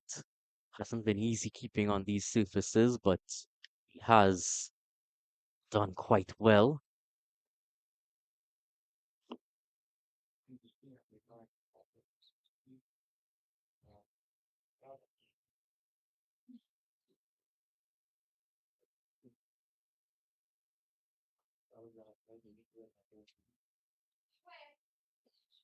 Yes, as you mentioned, Dylan, I mean, to keep on these type of services sometimes when it's keeping low, this one isn't keeping that low, but when there's some up and down, it's very difficult for the keeper. And what we have seen of this keeper so far, he has been done some bowing. He has been quite, quite tidy behind the wicket. A decent keeper,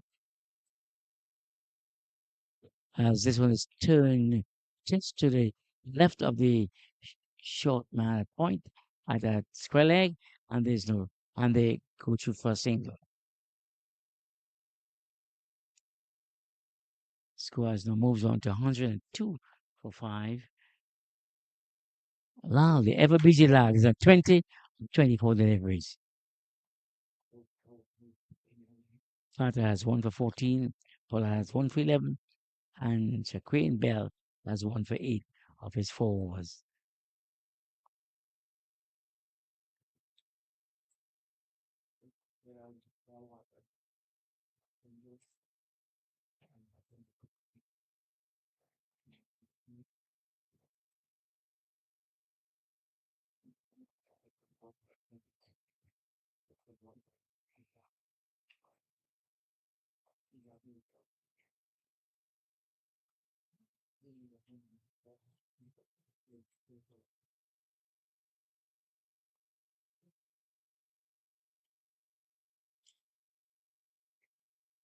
So there's a double change. There's a new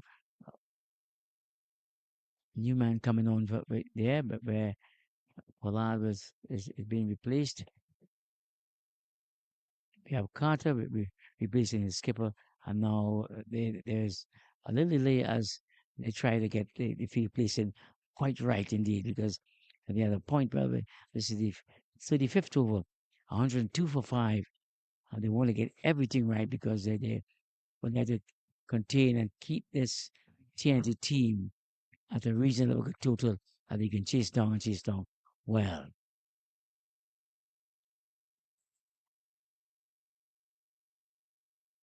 So as we say, the man coming on is Shaquille Bell.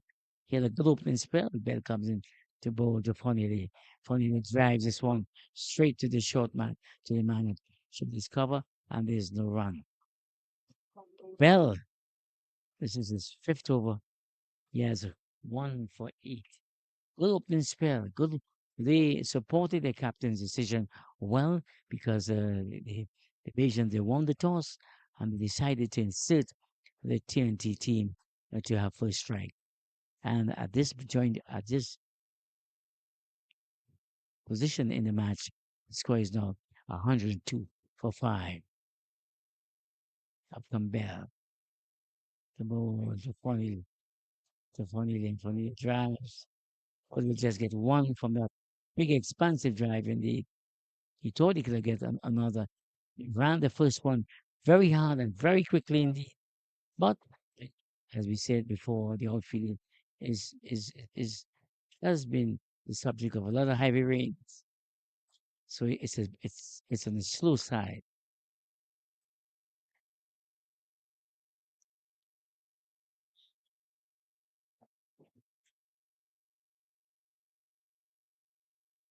As busy as Lal is, he hasn't been running for nearly a two ragged yet. For nearly a 4 from 25.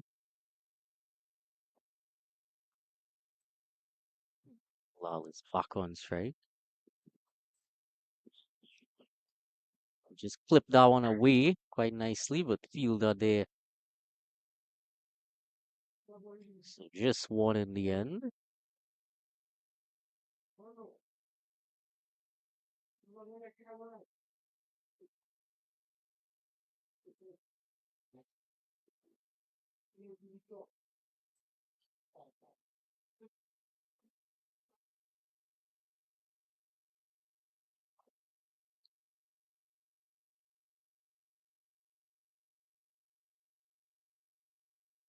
Lovely Yorker there from Bell. Continued trend of those Yorkers that we see from this Barbadian team. And just a great time to pull out that Yorker. Only into his fifth over.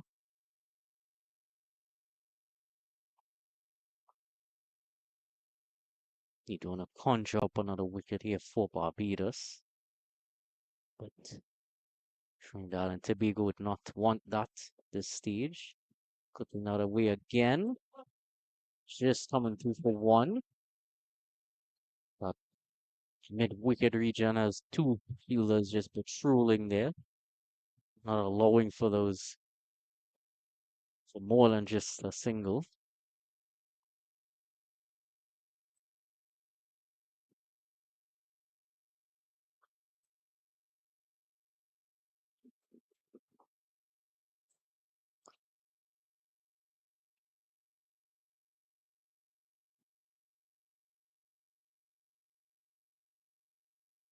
And a dot to finish off to the fifth over. 15 overs to go still, and scores 105 for 5. A partnership just developing between Funili and Lal. Yes, a nice little partnership, as you mentioned, developing between these two batters. Lal is the busy one, and he has 21 from 26 deliveries. So Lal is making every second, every moment that he's in the middle counts by adding to his total. 105 for 5 having been inserted the TNT team. And this is the 36th over of the match as Carter comes in to bowl to Fonny. I think all teams will appreciate when you have a player such as Lal who is looking to score for every delivery, looking to squeeze every delivery. So it is he is a refreshing sight and a refreshing moment for every team. As I say, as I speak here, they just completed a sharp single indeed. So the score moves on to 106.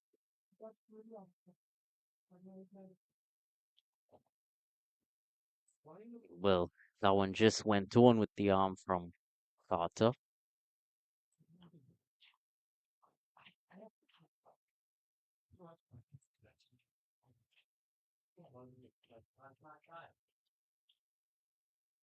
Just too full, but no damage done to his bowling figures.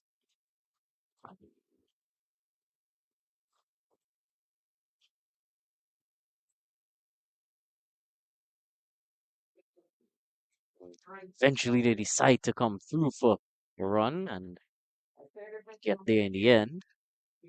One delivery remains until that final drinks break of the innings is upon us.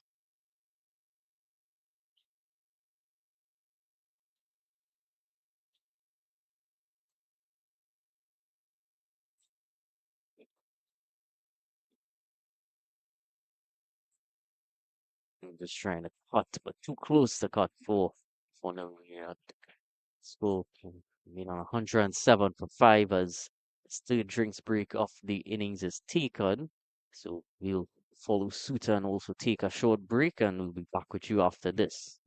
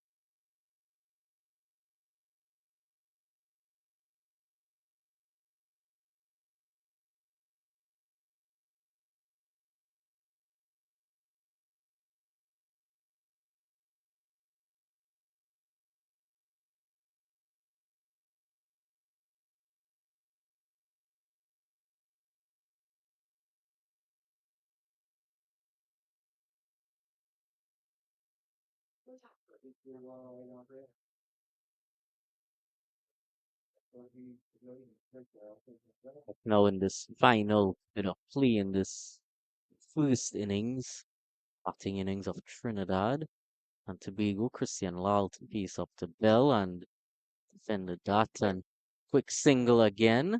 Lal will continue to run those until end of this innings or the end of his innings.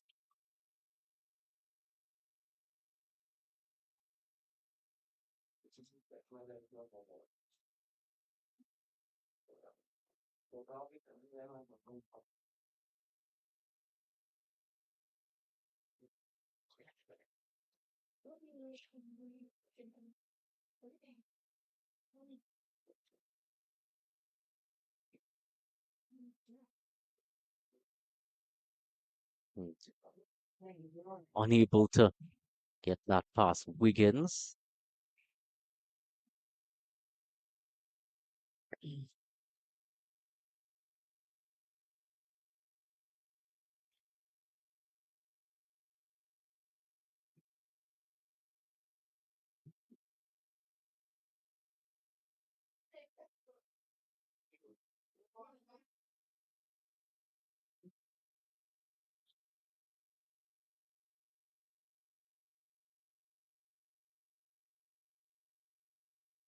There's an edge, there's an audible edge as that went past the keeper. It's gonna run away down to that boundary for 4 runs.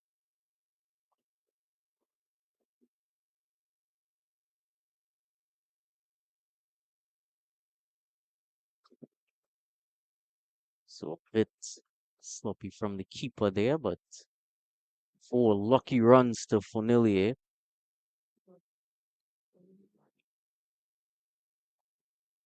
Well, yes, following the drinks break, the TNT team they pushed on the total to 112 for 5. A boundary that still just was conceded there as Funny they got an outside edge. It beat the keeper went all the way down to the long leg to the third man fence for 4. And this one, the partnership continues to build between Lal and Fonile. Fonile now has progressed to 10 double figures, while Lal is on 23, 113 for 5. Bell is the man who has been bowling so far. He has 1 for 17 of his sixth over. Nice shot there indeed from Lal. Lal seems to be very a busy player, but he's quite well organized too. So that's why he's always on the hunt. He's always on the lookout for sharp singles, and he isn't afraid to put back the ball when the need arises. But we see now Bell is bowling to Fonile, who is also growing in confidence, and this partnership is looking quite well for the Trinidad and Tobago team. Bell bowls to put to Fonile, and he pushes this one to point, widest point, and the runs seem to be coming quite easier than they did before. It's now 115 for 5 in the 37th over.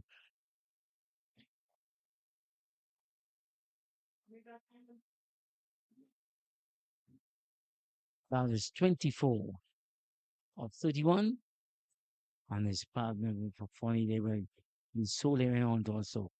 He has 11 from 34.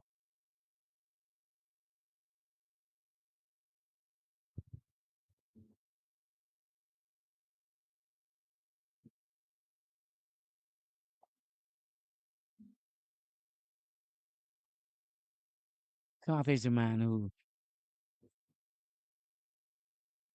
is taking up the attack from the community center end, as the only how we can describe it at this time, as Carter comes into bowl to Fonile, and this one is he fires a big expansive drive that misses and it goes straight to the wicketkeeper, grandson Bowen. Well, bringing in those few changes after that one delivery.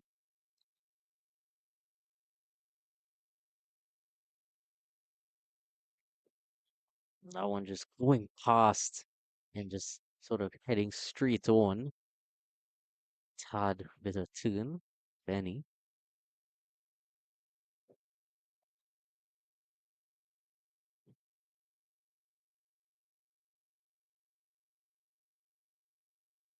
That one sort of came up on him quite quickly, just hit the bat a bit harder there.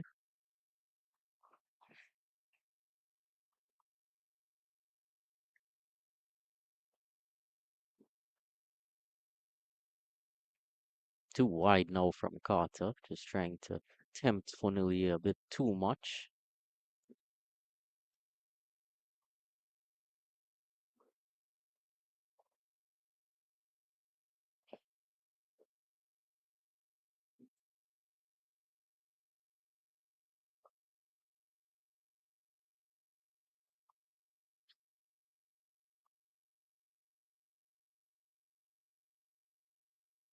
Peel there thought it came off the edge to the keeper, but no dismissal being unearthed there from Barbados. So at the end of this over, at the end of the 38th over, you find that the partnership between Lal and Fonile, it continues to grow, and it is becoming a bit of a bother for the Barbados team. They will be looking to dislodge these batsmen as soon as possible, but Lal and Fonile, they will have other ideas. Is he out? Well, apparently he was out. Oh, well, Well, I guess you can't blame us for not knowing that he was out there. yeah, It's because quite there was nonchalant on the field from fielders, yeah. batsmen, and umpires. So Fonile has been given out caught behind. I Caught a slip. would would be either one of those who would have caught him. Yes, but to me, I saw the keeper, the one who took the catch and appeal. Keeper would have taken that catch. Yeah. 11 of 39 for Nullier So eventually departing for.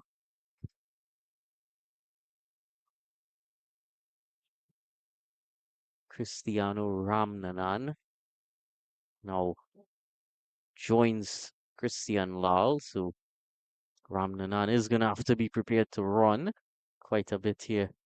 Knowing that Lal is at the other end.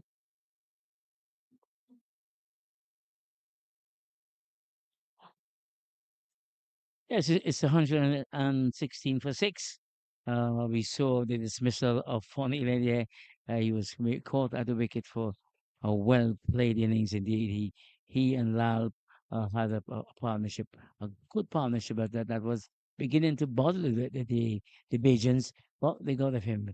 Carter is a man who has now 2 for 16 of his 6 overs. So every time the Bajans want to get a wicket, they turn to Carter, and he always come up trumps with it. So Lal is on 24 here. Carter has 2 for 16. Bell has 1 for 19, and Supala has 1 for 11 of his six. The score is 116 for six of 38 overs.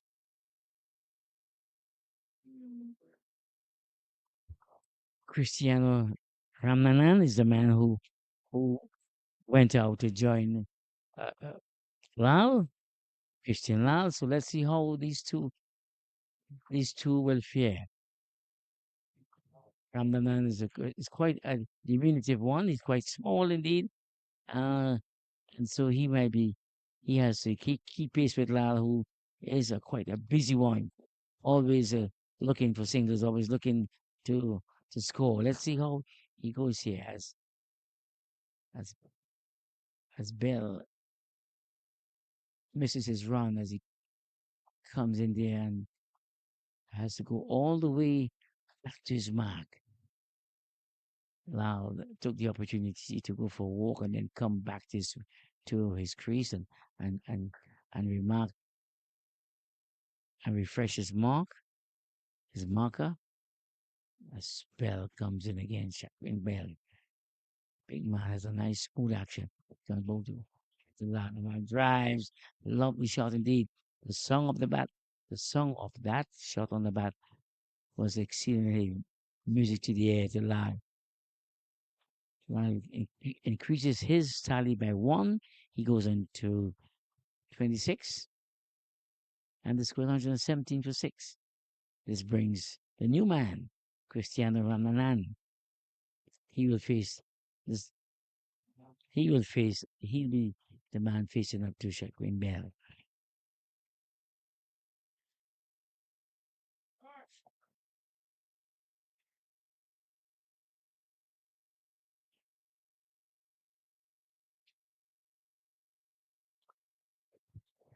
El Captain Don is taking his time with his field placing, while the umpire is telling someone behind the side screen that they are pulling up the play. So he's yeah, and there's a gentleman walking past the side screen as Bell comes into bowl to Ramnanan. He bowls to Ramnanan. Ramnanan is right forward indeed. Pushes this one back along the wicket. Bell in his follow through. Picks up and no run. No harm was done. And the score remained at 117 for 6 in the 39th over. Well, see some action at the community center. Well, I'm not too sure it's a community center anymore, if it's a school over there.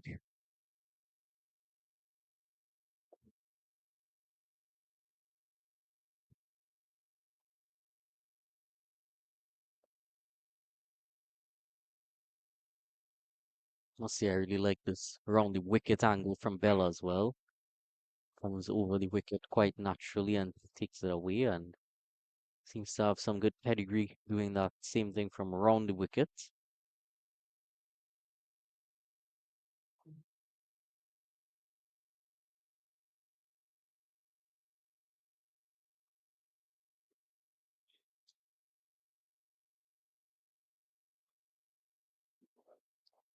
Big heave at that.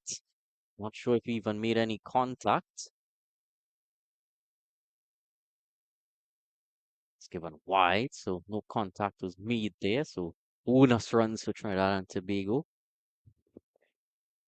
Decent thinking from Bell to target that short delivery, but not quite executed the way he would have wanted to. Yeah, I thought that one was a bit high indeed for the height of Ramanan, and the umpire ruled accordingly. But we see Christian Lau now is the man who is facing up to Bell.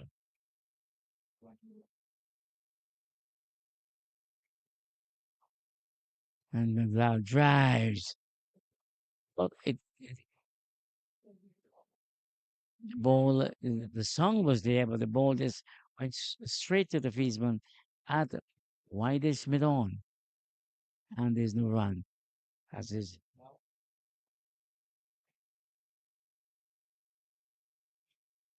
ball is not being relayed to Bell from that man. A spell comes in now to both the lad. Well played indeed. That comes easily forward indeed. Bell in his follow through shadows the ball. It goes to the man at short cover and it is relayed back to Bell. So it's a quiet moment now as the ground is not bathed in sunshine, but it's a very cool atmosphere. As you can see, our cameraman is really bringing you the scene somewhere around the ground.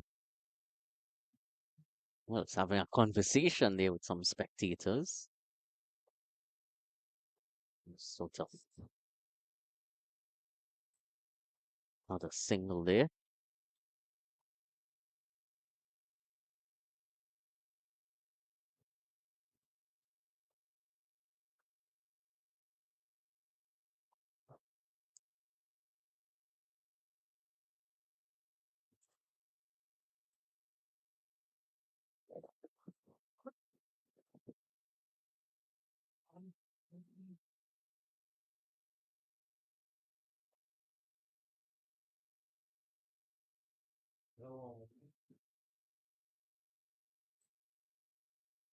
I think the umpires are having a look at the ball because it's now 39 overs, 120 for six.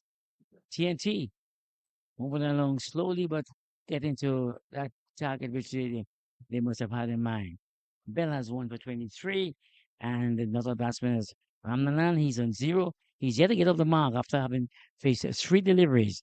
And plus Christian Bell, he's on 26, having faced up to 35 deliveries. He has been a strong one of the stalwarts in this TNT batting lineup, and he has shown that he's willing to always put about the ball and don't miss out on any scoring opportunity in terms of his running between the wickets. Sometimes his his his his partners may be caught wanting.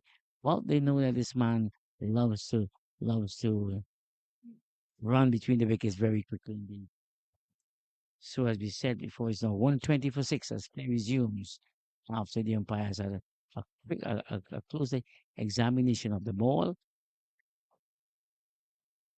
Yeah, always need Umpire. to keep that condition of the ball in their in their mind because from what I understand, they do use just one ball in this tournament as opposed to one ball per end for general 50 over tournaments. Different feel compared to what they would be going up into for higher level cricket.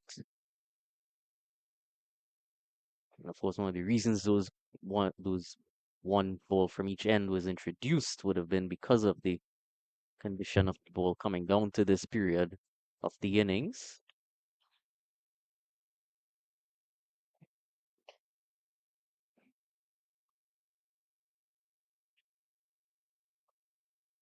I will say though, I always enjoyed looking at one day cricket where there was just one ball in play with that spin and reverse swing possibility at the end, but have moved away from that quite a while ago.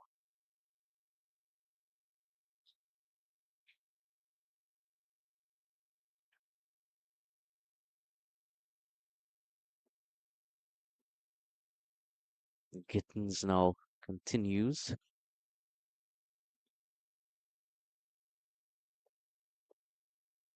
Hasn't been able to pick up a wicket yet for the day. Would want to change that with Gittins. Well, it's called no ball, so it's a free hit. That's now on offer for Ramnanan. So he'd want to use that to get into the swing of things. Still not off the mark yet. So great opportunity for him now to get off the mark with that free hit.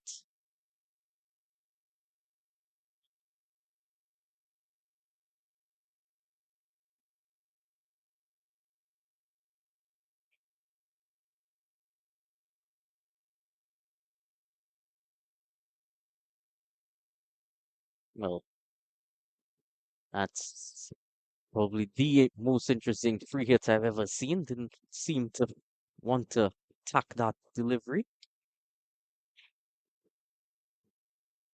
Well, we just saw Ramnanan missed out on that opportunity of that free hit, but he didn't miss out on running the quick single because he had a man Christian Lau calling him very fast indeed, and despite missing out on scoring some more runs from the no ball, which was a free hit, they got a single. So Gittins once more in the ball to Lau this time, and Lau hammers this one into the ground. They go for a quick single. Score moved on to 23 for six. Well, I hope Lal knows that Of he the could have 42 over. still been dismissed run out of the free hits. So that could have still been a possibility, but not so in the end.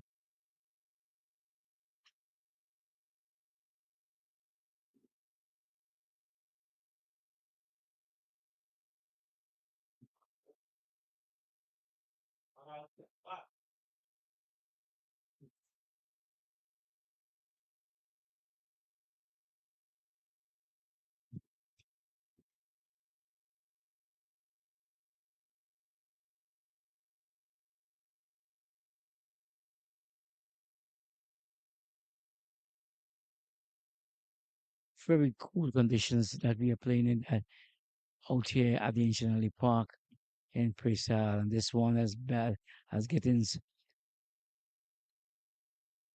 Really went with how that was his delivery? full throttle, but didn't make a connection with the ball. So still yet to get off the mark is Ramnanan.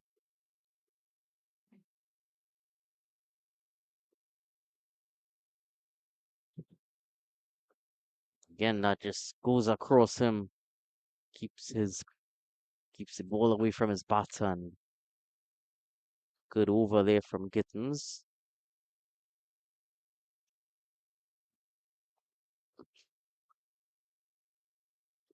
Yes, the score is 124 for 6 after the 40th over. So there's 10 more to go.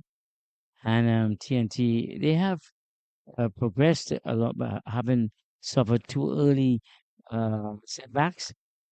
They recovered somewhat and with some good partnerships. What we see at the wicket right now is Ramnanan, who is yet to get over his mark, and Christian Lal, who continues to be the one who leading the charge. He's on 28 of 37 deliveries, 124 for 6 in the 40th over, and taking up the attack. Now we see Shaquin Bell. Bell has 1 for 23, and this is his 8th over. In cool conditions, Bell comes into bowl to Lal, and Lal pushes this one, sets up very slow indeed. And then realizes that he has to hurry a little and completes the run very easily.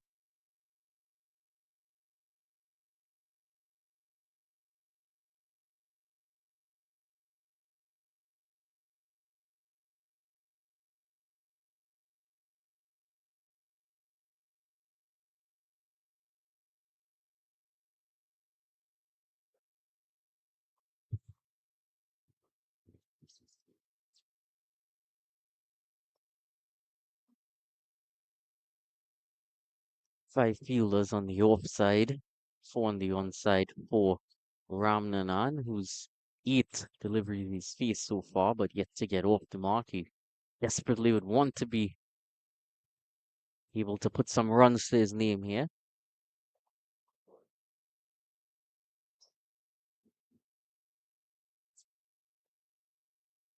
He makes contact, but straight to that cover fielder who ensures that remains not off the mark as yet.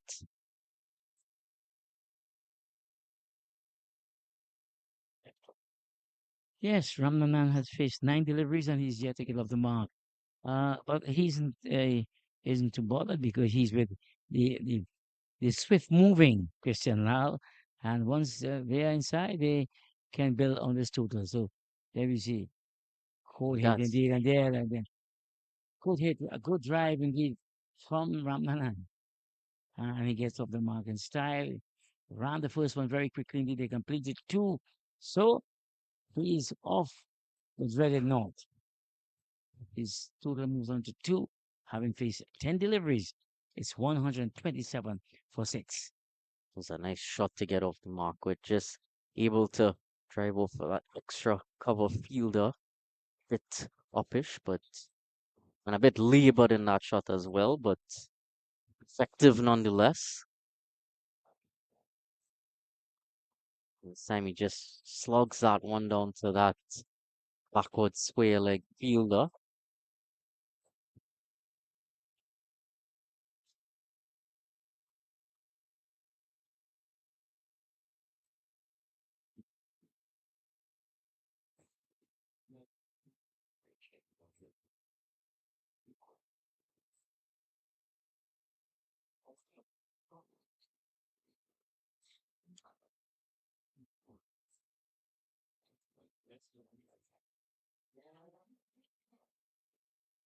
All back on strike now.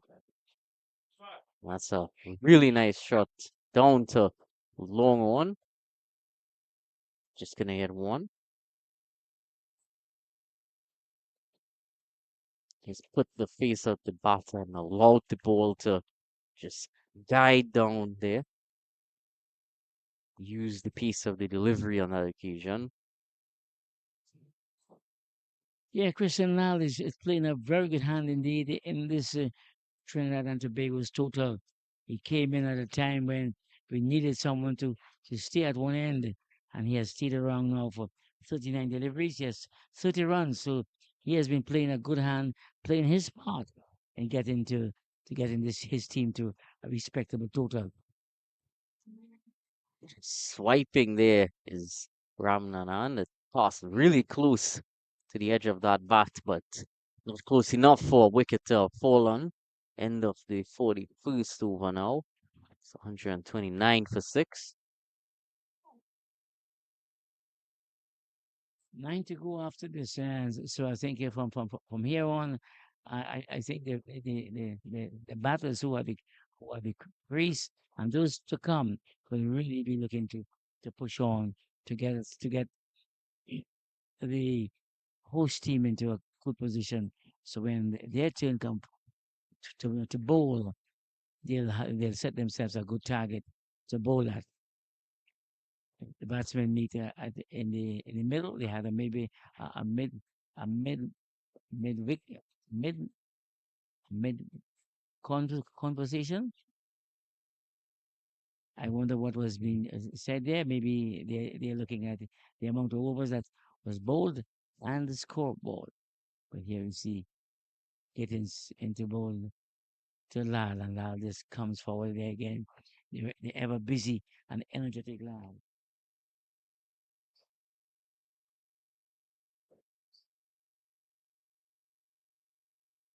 129 for 6.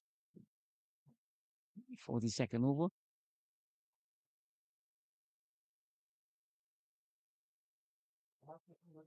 Gittins about the Lal. Lal is ready.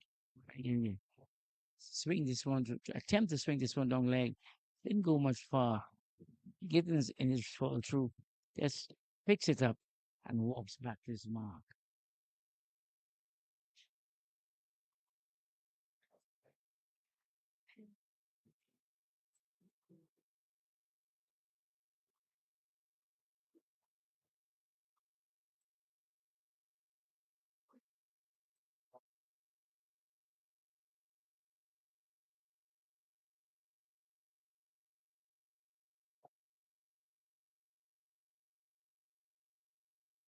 Lal tapped his bat quite a few times before facing that delivery and unable to make contact. Wild swing from him there. Gittins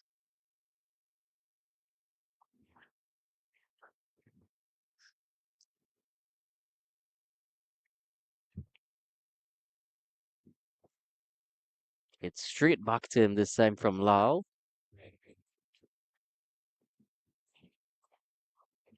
Sure, he would have been thinking of how we could have run a quick single there, but not at all able to hit it straight back to the bowler. It's been a tight over so far from Gittins. He has this is his sixth over. Bowls the Lal, and Lal drives there outside the off stump, misses out. Went for his big expansive drive. He missed, and the ball went through the keeper Bowen. He realized back to get in. So Lal went for that big almighty drive indeed. It's an exceptional over so far. 5 dot deliveries. One more delivery to negotiate here. And it's not going to be a maiden. Lal is able to turn that around for 2 runs. And exceptional running. Third run overthrows now. Not at all what the Bajans would want to see in the field there. But good awareness shown between the Trinidad and Tobago batsmen to come through for that third single that recently was on offer. It's Yeah, 132 for 6 now. correct, Dylan. And I mean, you have described it well. Once the batsmen put pressure on the fieldsmen, and you run the first one very hard, there's a possibility that you can get a second, and as you see, they got three from just one. So this advances the Trinidad and Tobago total to 132 for six. Lal is on 33 from 45, and Ramanan he's on three from having faced 12 deliveries. The run rate has increased somewhat. We are now looking at 3.14 per over. That will take them, if they continue along these lines, to 157 at the end of their 50th over. So we are in the 42 over now, seven more after this one. And TNT batsmen will surely be looking to really push on, while the Bajans will be looking to contain and to wrap things up as quickly as possible.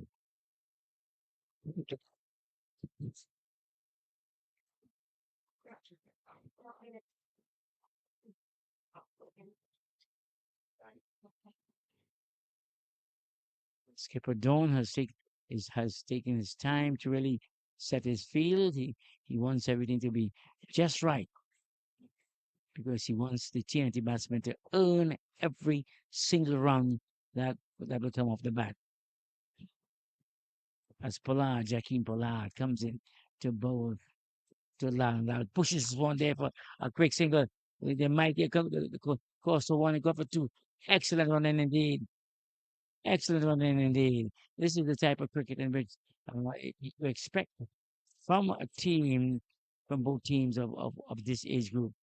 Energetic, energy, quickness, and alertness indeed. Nice shot indeed from Larry. He pushed that one too wide his cover. The fieldsman on the sweeper position had to come around, and they took the opportunity to get two runs. As Pollard comes in again to bowl to Lad. And that's touching this one there. It passes between again between the, there's no slip there, and it goes down the slip region all the way down to the boundary.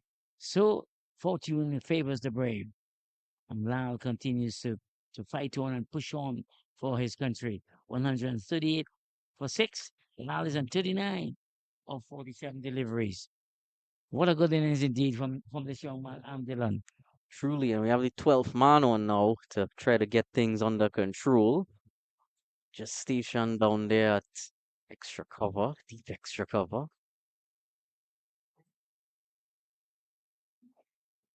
Mm, Difficult to really say if you would have had a slip in place for that.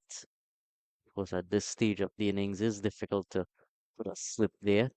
But around the wicket angle that Pollard does utilize later on in the innings is continuing to bear some fruit, though those fruit have not been picked. And what we've seen here from Lal especially is some really good example of running between the wickets. Again, continues to run between the wickets. Serene lead is Lal. And if you're not able to get those runs via boundaries, then you have to get them some way or the other. And just as we were talking about earlier, even though the outfield is deep, the outfield is heavy. It does allow you to run that bit extra. Yeah, we cannot by step the valuable contribution made by this young man, Christian Lal. He has been there for 48 deliveries, and now I'm sure he's seen that ball as big as the proverbial beetroot, and he's there with a youngster by the name of Ramnanan, Christian Ramnanan, who's holding an end well, and he's answering every time Lal calls on him for that sharp single. He is there. So I think they are doing a fine job for their team. And when you look at the scoreboard, there's one 39 for six as Pollard comes into bowl to run the nine. And he just comes forward and pushes one for a sharp single indeed. So the pattern of play had been set. It must be a bit disturbing for the Bajan skipper because by now he must be thinking he would have been down to the tail end of the Trinidad and Tobago batting. But Christian Lal and Ramnanan, they have other ideas, and they've been doing exceedingly well. We'll see Ramnanan does look a bit more comfortable now than when he first arrived at the crease. Took him a bit of a while to get into his innings, but Lal has definitely helped encourage him along the way.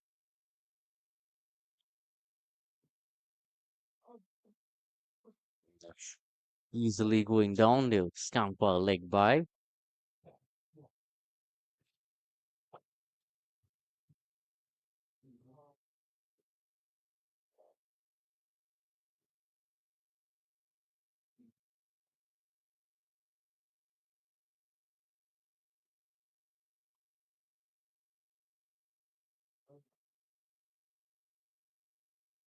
This partnership seems to be frustrating the Bajans because they don't seem to have that type of enthusiasm that they had before. But nice shot there from Ramnanan. This one was just there for the left-handed shot. He rocked back and played and played that square cut that went down to the man at backward point. He made the field, and there's no run. I see that the batsmen they've called for for some refreshments because it is not as steamy as some days, but when you are out there and playing the type of cricket that they have been playing, I believe that they need to energize themselves.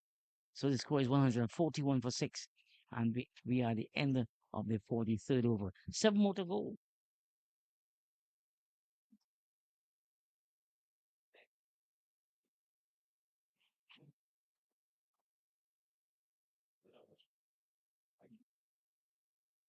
TNT really fighting on and recovering from the loss of 2 early wickets. Nice shot indeed from our cameraman. He's picking up those who are at vantage points around the ground. You can see that some spectators, I assume it could be fans or parents, they are here to support their charges. Excellent shot there from our cameraman, Jared Basso. As the brother continues on center field, Gittins bowling to Loud, and Loudest drop this one here for a sharp single indeed. I think these singles have really rattled the Bayesian somewhat because the would have expected the batsman to be going for some big drives, but Lal has been just dropping them there and pushing here for quick singles. He's on 41, 9 away from a half century. Let's see what happened here as Gittins into ball to Ramnanan. Ramnanan plays a big, expansive shot here. It goes straight to the man at cover, and there's no run. One of the concerns of this national team is that they have been striking the ball well. They've been looking good, but they need to find the gaps. Uh, Once you hit the ball just a meter or two to the left or the right of the fieldsman, the runs will come. But it's early days, young days for these youngsters, so they will learn the trade. Getting into the ball. I'm gonna turn this one around down to fine leg, deep fine leg, and Wiggins is down there, and there is just one. So the score rolls over to 42 for 6. I'll be in the 44 to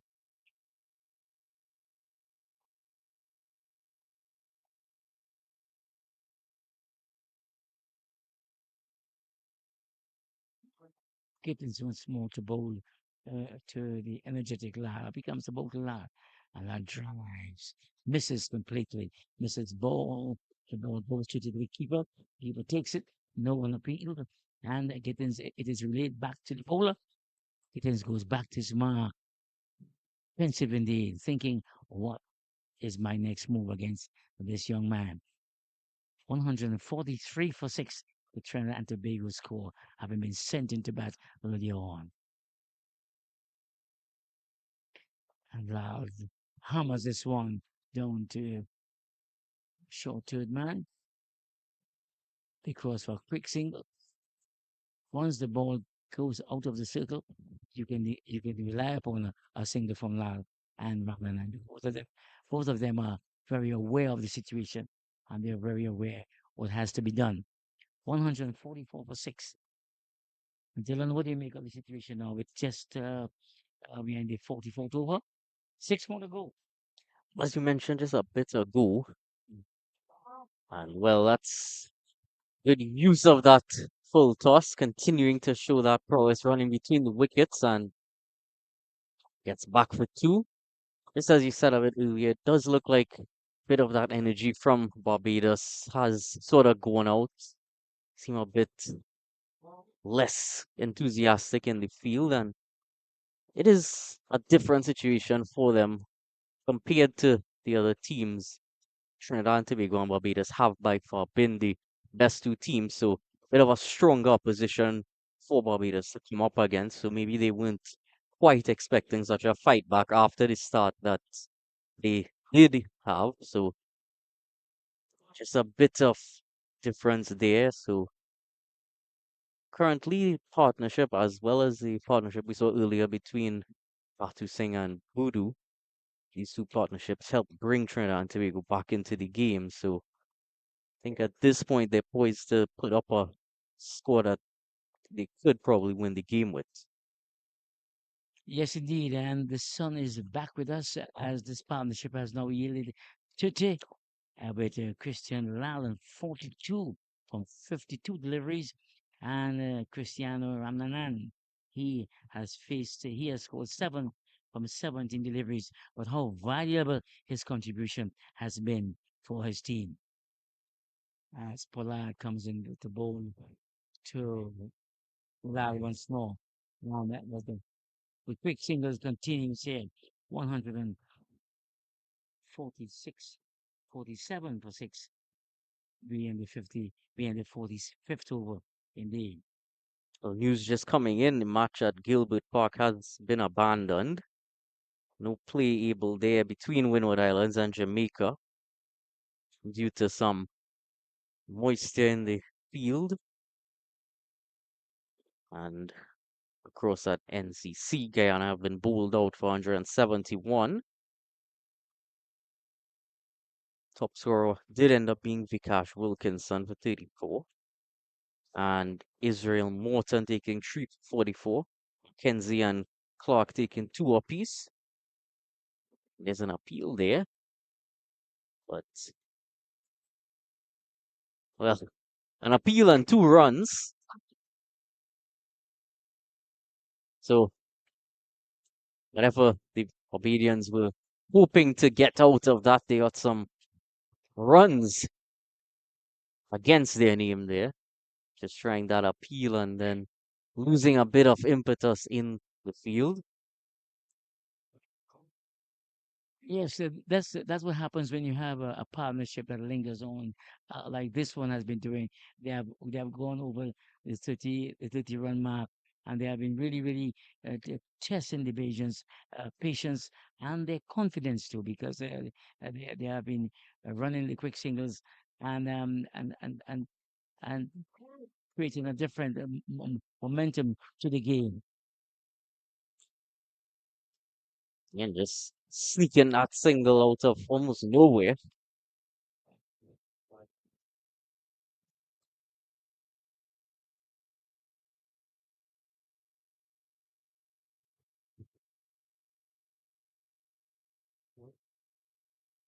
So that leg by takes the TNT total to 150. It didn't seem possible, quite a bit back, but they have gone on to 150 for 6 in the 45th over. The I want to say first, thanks to those contributions from the batsman. Pollard once more the ball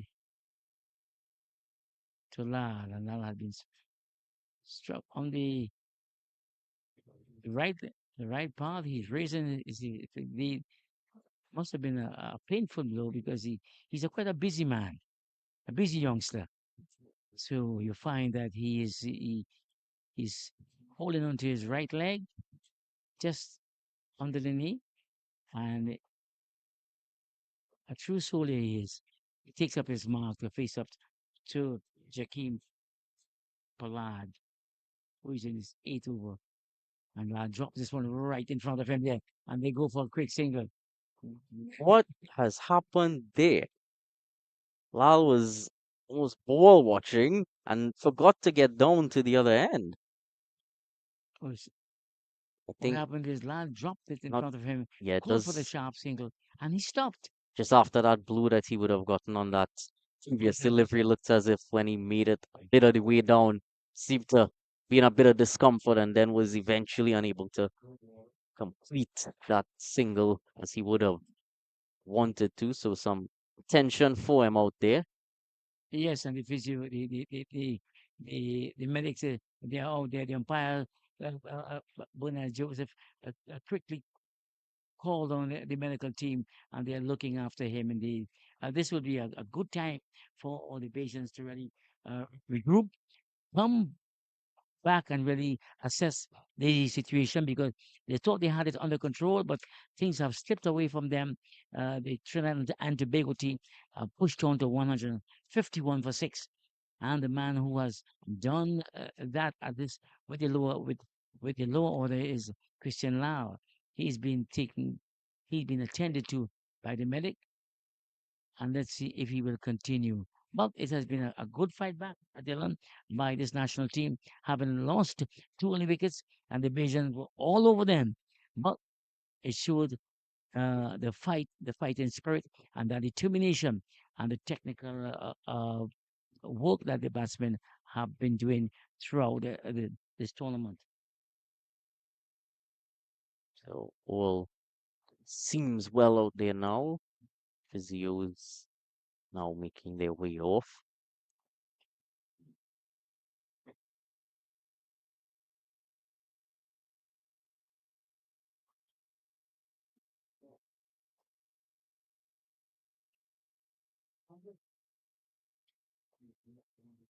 Of course, Lal has been running quite a bit, so a lot of adrenaline pumping through his body. So might not have felt that blue initially when he received it. Still might not feel all the effects until a bit later.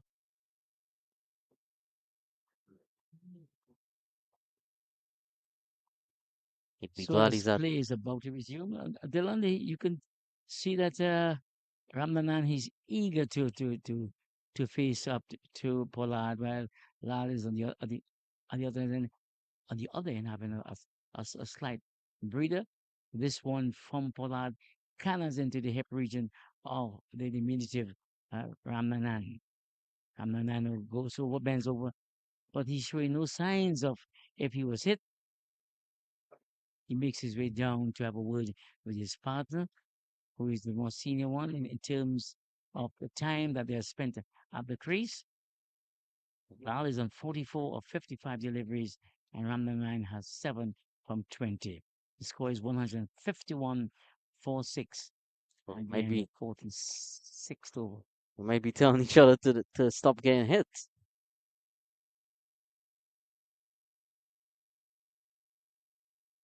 Lal is now back on strike.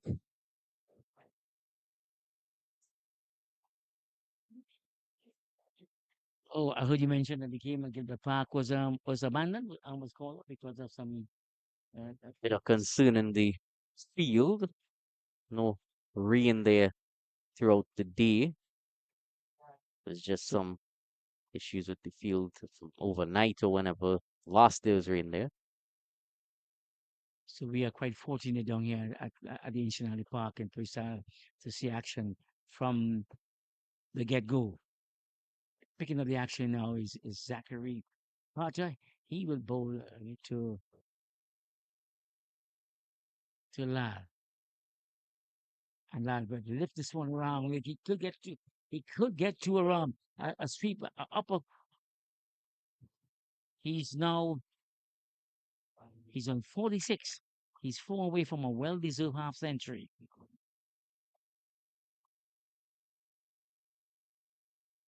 153 for 6. He plays it once more. This one, an easy catch indeed. So Lal goes for 46. He attempted the same shot, but this time it went closer to the fieldsman uh, and to Pollard, who just had to make a couple of steps around and completed a simple catch. So that's the fall of the seventh wicket for TNT, 153 for seven. Lal makes his way off the field, having played a good hand, a very solid hand in his team's contribution. He made 46, and going out and passing Lal on the way is the fast, medium fast in Racha.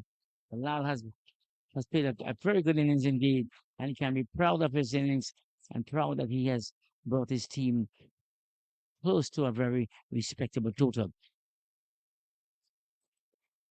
Carter again being successful, 3 for 18. Every time he re-enters the bowling attack, seems to pick up another wicket. Yes, Carter seemed to be the man with the golden arm because he had three for 18 of 8 overs. He's a man. He has had a tremendous tournament so far, both with the bat and ball. And here he is, the leading wicket taker in this innings. So as he comes into bowl to Racha. And Racha turns this one around. They go for a quick single. Let's see what happened here.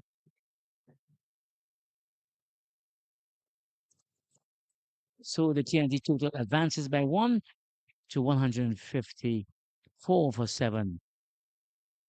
We cannot but s- s- speak about the innings from young Christian Lal. Dylan, he played a very good hand in bringing to have his team total at this point. Well, certainly that innings is vital in whatever Trinidad will end up with here, and have put them in a position where they would gladly accept those runs and look towards bowling this afternoon. And Lal could have probably continued that innings on a bit more, but coming down to the end, did receive that blow, so it would have been quite difficult. Was trying to accelerate a bit more, so still a great innings from him. Excellent innings indeed, and plus you have a good one coming also from the skipper and from Batu Singh.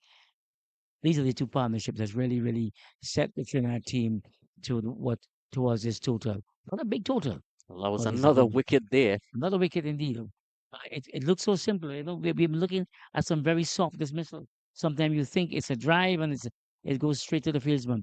So Racha is the man who is on his way back. TNT have lost their eighth wicket. The score is 155 for 8 in the 40 at the end of the 46th over. Carter, Zachary Carter is the man again who picked up another wicket. He has 4 for 20 of his 8 overs. So he might be looking at picking up 5 wickets, but let's wait and see. Eight wickets are down for the TNT under 17s.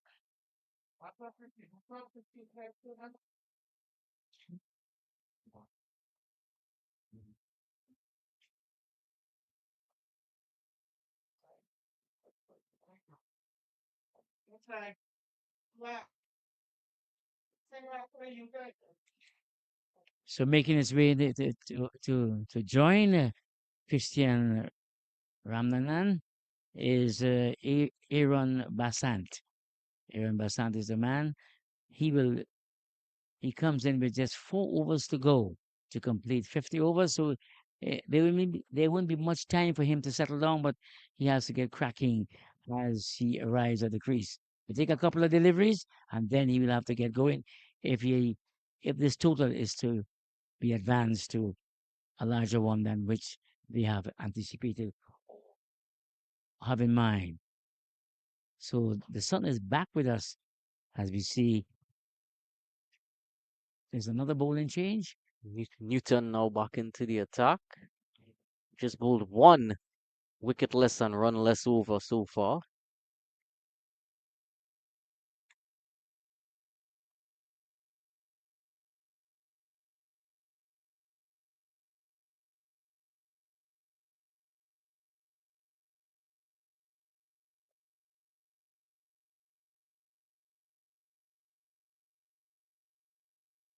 So Ramnanan to face up to Newton here.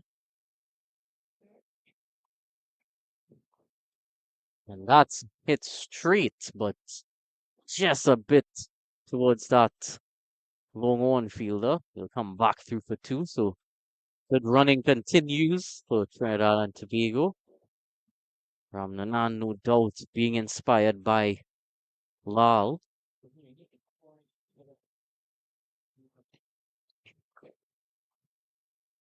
Yeah, I think Ramanan has has gotten the love fever because he he's really extended himself to turn those singles into twos as Newton comes into bowl to him once more and he hits this one high and high. That fever on it. Well, that's a spectacular catch down there. Looked to me as if he took it cleanly. That one was that one was hammered by Ramanan. It was high. The fieldsman down there. Who's the fieldsman down there? Just kind of pick him up well. Let's see in the replay what happens here.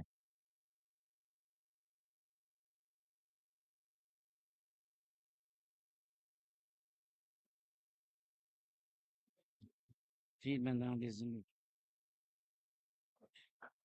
Skip.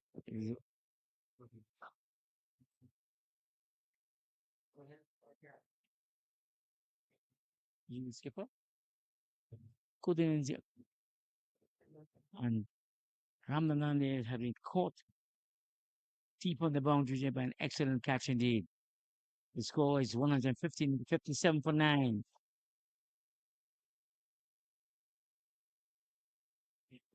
So Kadir Juman now joins Iran Basant, two completely new batsmen at the crease.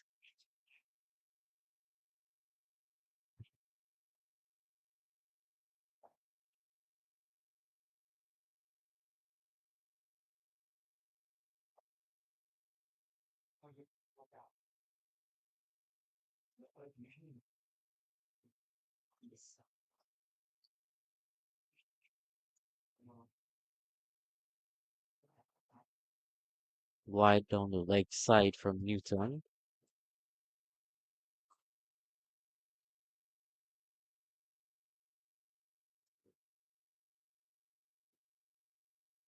Well, as we said before, there are two new batsmen at the crease after the excitement of Ramadan being caught on the boundary. An excellent catch indeed. This one is Juman is the man who is facing up to Newton. He's yet to get up the mark, and so too is Adrian Bassant. He's yet to get up the mark also. So TNT 158 for 9 in the 47th over. So there's three more after this, and there's one wicket to be taken by Barbados to complete their effort in the field. But let's, as Newton comes in now to bowl to Juman. Juman flicks this one around. The Crawford one to go for a second. Let's see. And he scores wanting. That's gonna be the end of the innings.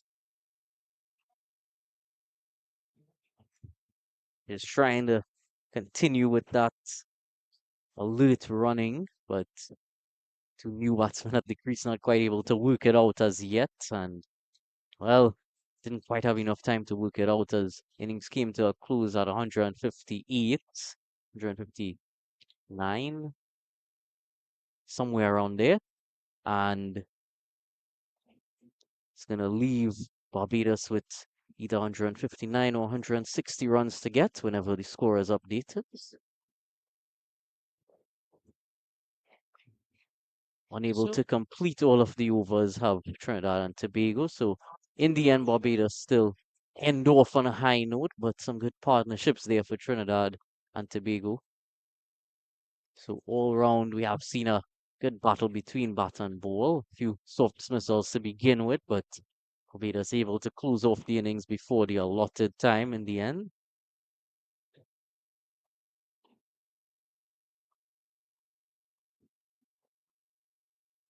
so as we see here, Dylan is 159. Trinidad and Tobago team, they were dismissed at 159 and 46.4 overs in the 47th over. And you can see, I mean, the Barbados will not feel too discomforted because they have their moments. They but the Trinidad and Tobago batsmen showed resilience. They showed that they are willing to fight. And 160 isn't a bad total on this wicket. I mean, they could have been about 10 runs or 17 runs more, but 160 to get on this total is to defend 159 to defend on this total on this wicket is not a bad one indeed. So we'll take a break for the innings here, about half hour break, and be back with you for the Barbados batting reply.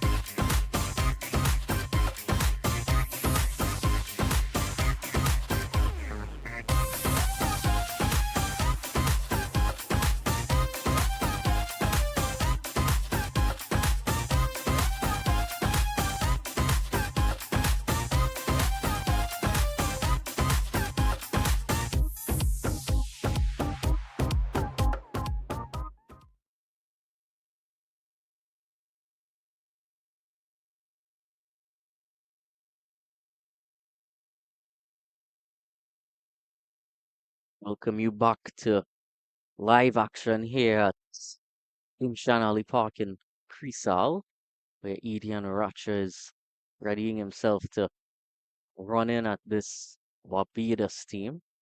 Two big men, Carter and Wiggins, await. It's a battle of huge expectation here. Racha's had a good tournament and great year so far. Both these batsmen have also been in some top form. Whatever happens here, likely not to waste any time. It's going to happen at quite a rate as two slips in place. Ratcha's ready. That just comes off the outside edge. Second slip, not able to get to it, and run account has been opened. Brings Wiggins on strike now, and Carter's off the mark.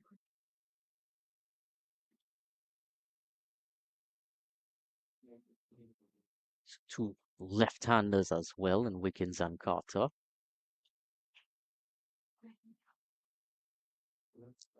There's two slips, a deep to man, point, cover, mid off, mid on, mid wicket, and deep backwards square.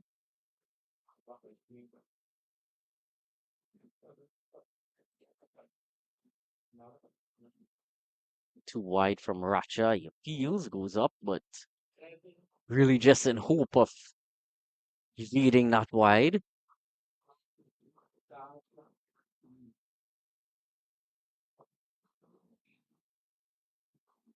Just before start of this inning, so Wiggins doing quite a bit of batting practice, quite a few deliveries thrown at him just to get into the frame of things. Steps across and clips that beautifully through that mid on and mid wicket gap as those two fielders converge and they come through for two more. So really getting that run account flowing here, ensuring that the scorers are on their marks as well.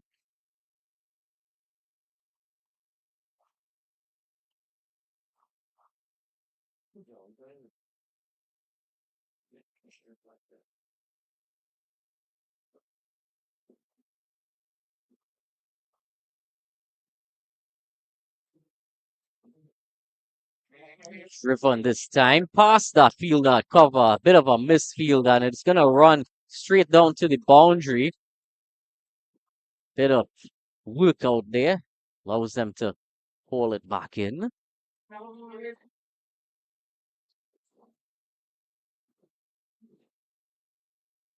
It's on the far end from where we're situated. Did almost look as if it was gonna go all the way for 4 runs, but not quite making it there in the end. Just slowing up in that outfield that has been a bothersome area of trek for the ball.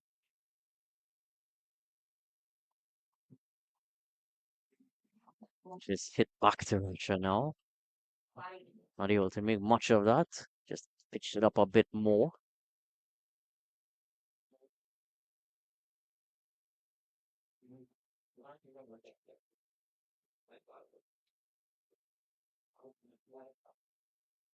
Has been overcast all day and did see the sun come out at few intervals throughout, but again we're under some heavy cloud cover. Solidly defending that is Wiggins.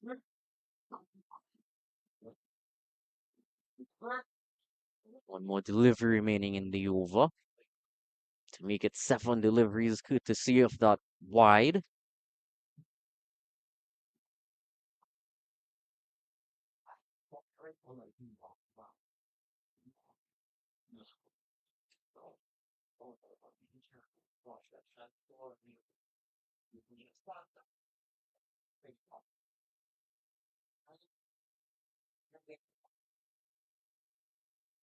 Nicely forward again. Allows Wiggins to keep the strike for the second over, and 7 for none is where Barbados have begun the first over of their run chase.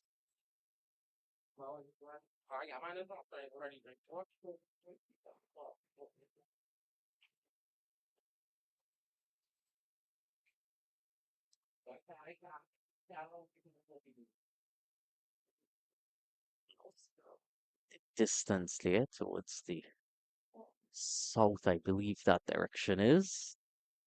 See a bit of darker clouds, but sort of hung around all day, almost as if not even moving. It's almost as if the clouds are spectating the match as well.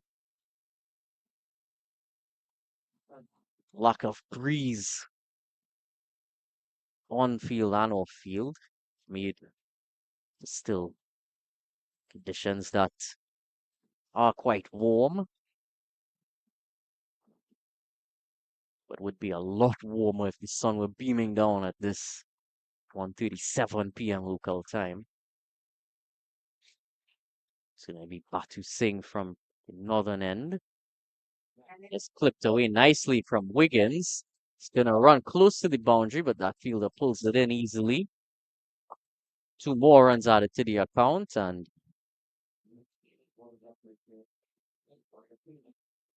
Wiggins retains strike.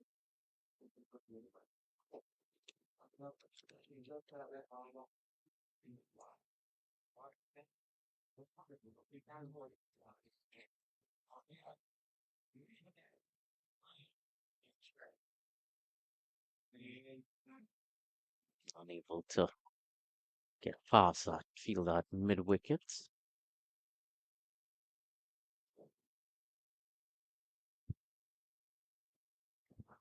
So Dylan, Barbados have started their reply, and they look quite good. Nine without loss in the second over. They Well, they have continue. Wiggins and Carter, the two guys who have been doing it for them throughout. Let's watch. Of course, we saw such great execution of running between the wickets from Lal earlier, and we're seeing continued running between the wickets here from Wiggins and Carter. No boundary scored as yet. And for Batu Singh, that second slip has come out. Not sure if it's a bowler specific thing or if they just already took out that second slip. Lovely shot there from Demario Wiggins. That's going straight and that's hit the side screen on the full. 6 runs for Wiggins. Excellent shot indeed from the Marco Wiggins. That one was pitched up. It was right there in the slot, and Wiggins made no mistake. He hammered that one through for 4, and then you can hear the cheers. The score. Let's look at the replay and see how fast that ball reaches the boundary. Good shot indeed. Excellent shot. He went right out to it. He put that right foot forward, and when he hit through the line, they call it hitting through the line. So right now he moves on to 13, and the score 15 without loss. So it seems like if Wiggins is in a hurry, and also when they want to get things over with quite easy, quite quickly. But let's watch the action now as Batu Singh continues to bowl to Wiggins. Driven beautifully this time from Lovely cover Wiggins. drive again. Two good, a lovely cover drive this time. This one, he hanged it there. And Wiggins coming right forward, stretching for it there, putting the right foot forward, and really hammering that one there. So the score moves on to Wiggins is looking in ominous form at this time.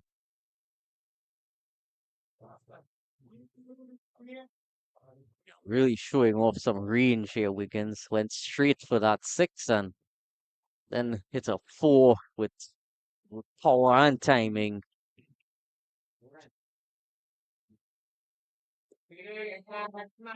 Now just shows off that defense.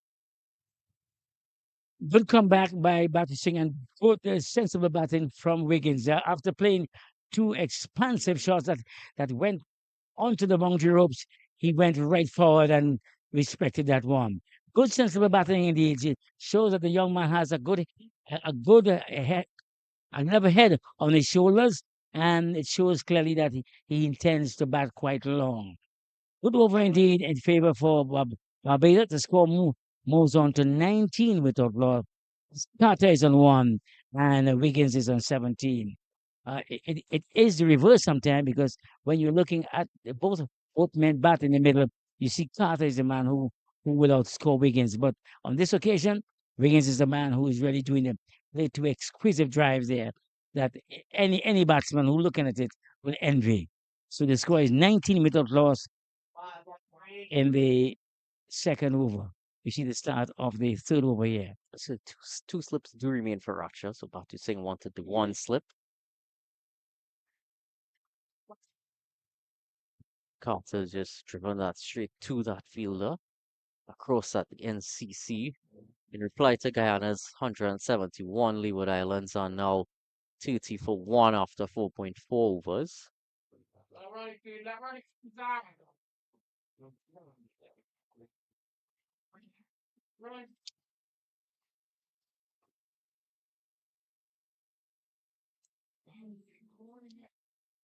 Was timed quite well there from Carter, just trying to pierce that gap there through point and cover points there.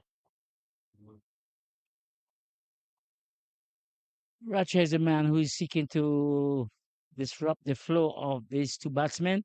He's looking to dislodge either of the one of the two, but he's facing up to a man they call Zachary Carter. Racha bowling to Carter.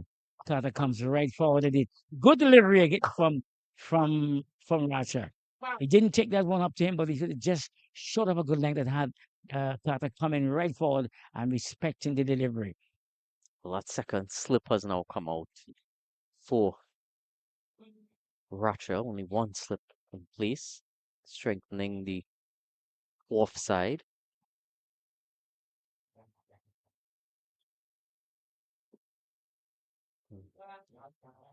Driven that down to that fielder there who just misfields that a bit and brings Carter through. Good drive indeed from Carter. This one was pitched up by Roger. Carter came forward and pushed more of a push drive, and the ball travels sweetly to the fieldsman down there at the wideish mid off, and they went to for a single after there was some hesitation between himself. Wiggins didn't want to go for it, but Carter called him. Roger comes in now to bowl to Wiggins. He bowls to Wiggins. And Wiggins tears this one. Wiggins looks to be in a hurry. And they cross for one and they come back for the second. The score now moves on to 21, 22, 22 without loss in the third over. You see, So this pair have always given the team a good start. Very rare they haven't given the team a good start. And they seem to be on the way at this time. Wiggins is on 19. Well, Carter is on 2. And Wiggins hits this one. well, that stayed up in the air for quite a while, but no one was there to get where that ball would have landed to in time. So, although it might not have looked the greatest shot, was not sure if he intended it there or not, but it did go where he would have wanted it to go had he skied it as he did. I do believe that we will have some rain joining us a bit soon. Just looking over to the east where we would have seen some pictures of just now. Have seen some clouds coming over that mountainous area and also seen some bit of extra, well, reduced visibility in that direction. Has been a bit darker since the beginning of the second innings, but has had clouds all day. Batting continues and not able to get past that fielder is Wiggins.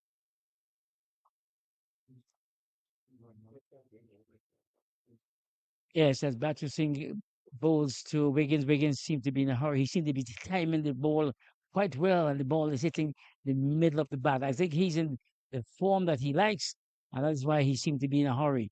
Let's see how he faces up to this one from Batterson. This one there, good delivery indeed. Not as quick as the others, quite a bit slower.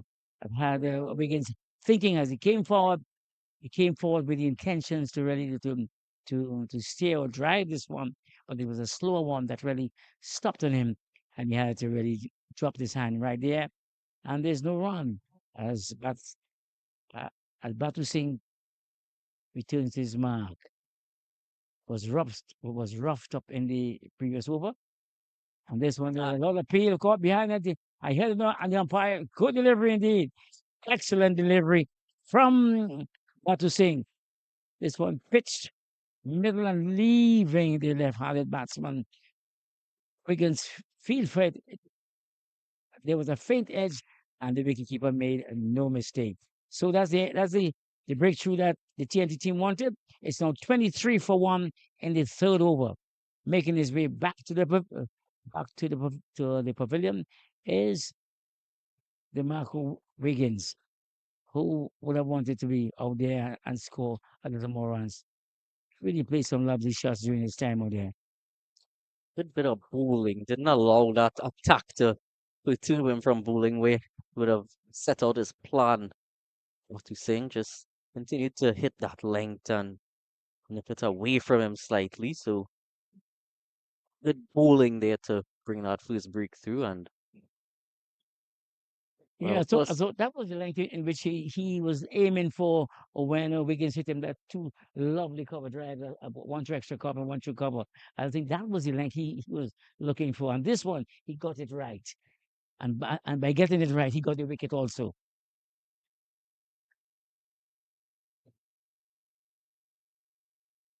So TNT, Barbados need 137 more runs. it's now Joshua If Dawn joined Zachary Carter. So bit of a more calm approach from Dawn you would expect, but Carter still has a lot of aggression to showcase here. It's quite unusual indeed. Carter has been the one that was very sedate in his approach as Batu Singh bowled just completed his first delivery to Joshua Dawn, the Bajan captain, who came right forward and played this one very, very quietly indeed. I think there must have been a plan that Wiggins will be the one doing the scoring while Carter remains quiet. But now that Wiggins is back, I believe Carter will step up, will assume the mantle of being the aggressor. As Batu Singh into bowls to do. This one is outside the off stump to allow it to go through to the wicketkeeper. And there is no run. The score remains on 23 for 1 as we comes close to the end of the fourth over. One more delivery to be bowled before the fourth over is wrapped up. But the man who did the damage early on is Batu Singh. He got the wicket of Wiggins. He bowls this time to do, and when he rocks back on this and plays a nice shot indeed, but it didn't bring him any runs. So it's at the end of the over.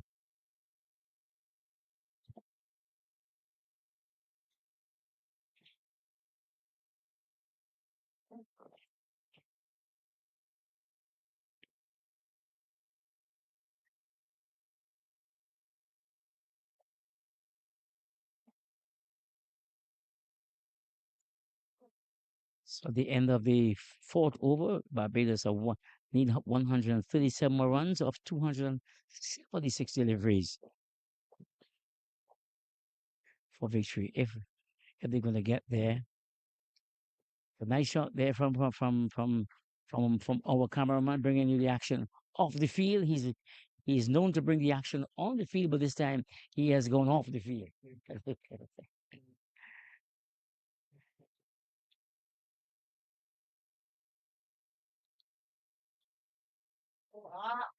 Well, Misfield there backing up doesn't force any extra runs.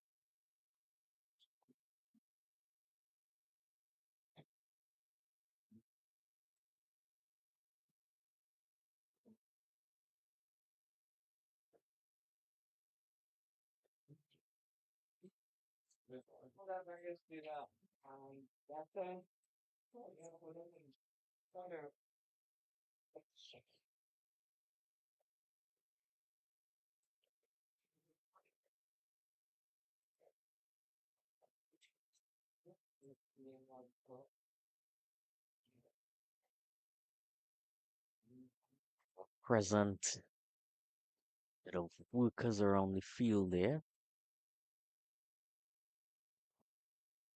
and that is due to the fact that slight drizzle has begun here.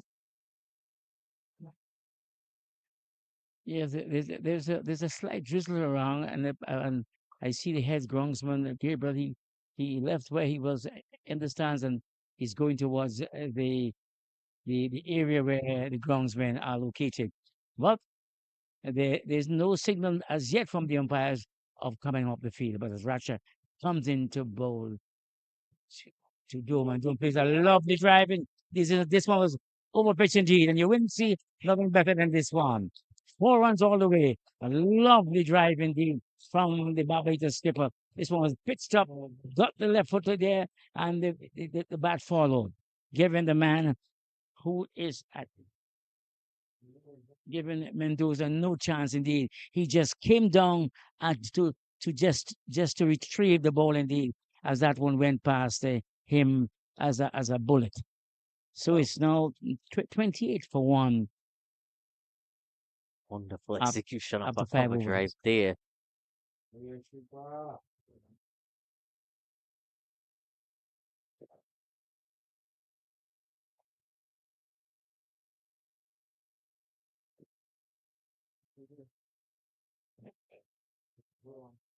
Well, the umpires are still out there. They haven't given the signal as yet to the groundsmen because they have been around here for a while, so they know exactly how things unfold weather-wise here.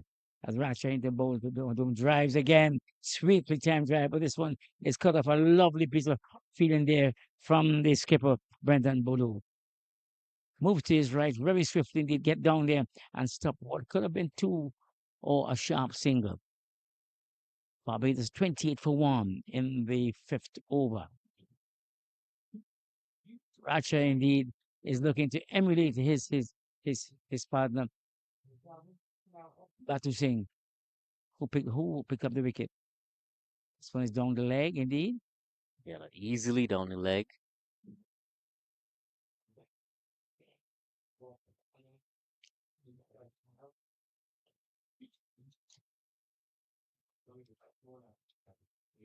And at the end of the fifth over, Dylan is 28 for 1. The batsmen meet in the middle to have a short talk. We see the umpire, uh, Mr. Joseph, Bernard Joseph. He's there making some notes. Let's see what they will decide. I Well, see that now he has decided to lift the. Is he lifting the bit the stumps, and the groundsmen are bringing the covers onto the field of play. So as the players leave the field, I it's been a caught brisk that start from Barbados in reply to 160 for victory. They're 28 for 1. just before they came off. I actually caught that the third umpire sent out a message on the walkie-talkie for them to come off. So it's a bit of extra insight there. Yes, so it seemed a bit dark on the land. There might be some time before they come back home because they will need to have this thing clear up This and to remove was the covers and all of that. So it's just after 1 in the evening, in the afternoon. So let's see. I see my cameraman Basso. He's shaking his head like if he knows what happens at Cincinnati ground in Preside when the rain is threatening. well, he would know a lot about the North Range in the East and West. Mhm. So But yeah, as you can see, the groundsmen are furiously bringing on the covers because they need to cover all the areas. And the head groundsman there, the supervisor, Gabriel is ready marshaling his troops to get them do a good job. But you see, as we see on You see, Carter is coming off quite slowly indeed. He doesn't want to come off this ground at all. But that's the story of the day's play so far. So Barbados chasing 159 for victory. That were 28 for 1.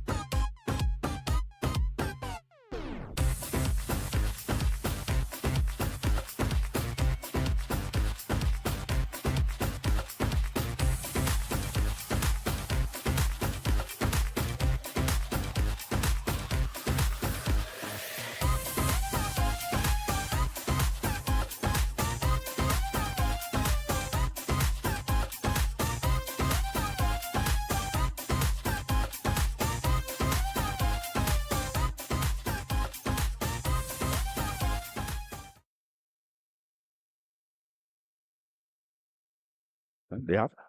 Officially, Basso?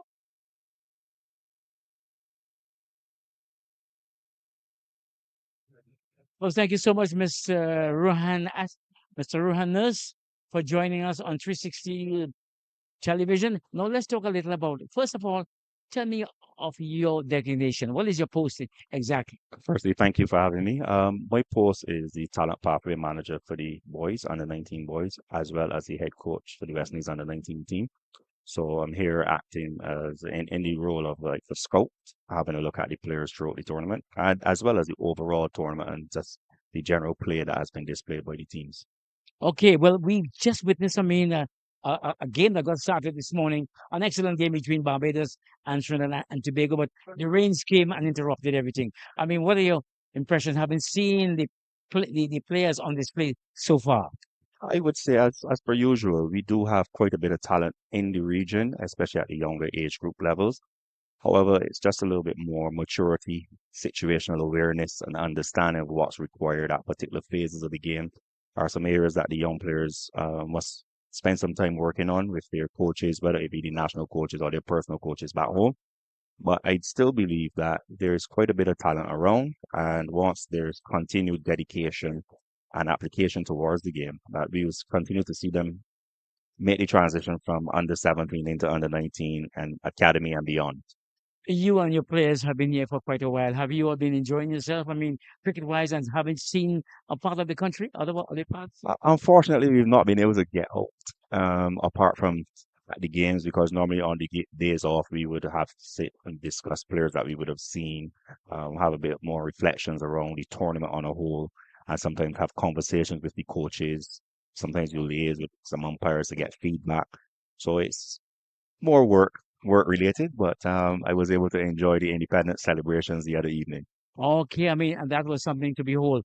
But let's talk a little about your job spec. I mean, you are a talented man who seek out talent in Barbados. What do you think about the young upcoming talent? Because I see you have two young men called Wiggins and Carter. They are destined for real thing. I just spoke to Wiggins there, and he's under 15. I mean, what are your impressions about the talent over in your country? Well, in Barbados, yes, we do have quite a bit of talent in Barbados, but there's lots of talent around the region as well. I would have observed the under 15 tournament in Antigua earlier this year, where Wiggins was the leading run scorer in that tournament. There's quite a few good players coming out at that level. We would have seen quite a few from Guyana as well, and I'm happy to see that quite a few of those players coming out from under 15 have made the immediate transition to under 17. And in this under 17 tournament, we have quite a bit of players who would have played in the under 19 tournament, which was held in St. Vincent. So you're just hoping that the players take the experience from the different levels and the different opportunities that they've been given and have a very constructive reflection process after the tournament to help them to build their preparation moving forward. One final question before we leave you. I mean, seeing that you have been here with us for quite a while and you've seen the players, what are the message that you will leave with these young budding players, both in Trinidad and around the region? Well, similar to what I would have said to the under 19s, is that cricket is a game of failures. The great Brian Lara would have had over 530 odd innings and would have had success. And if you consider success to be 50s and 100s, 131 times, and he's still the greatest. So it's a case of being positive, trusting your ability, trying to remove that fear of failure, appreciating that in this sport, you will have your good days and your bad days, but just try to ensure that those days where it doesn't go as well as you would have hoped, that you would learn from it. And the days that you do well, you also do a reflection of what would have worked for you on that particular day and stay focused, continue to enjoy the game. The game is a game that takes you many places in the world, helps you to give you opportunities to meet several people.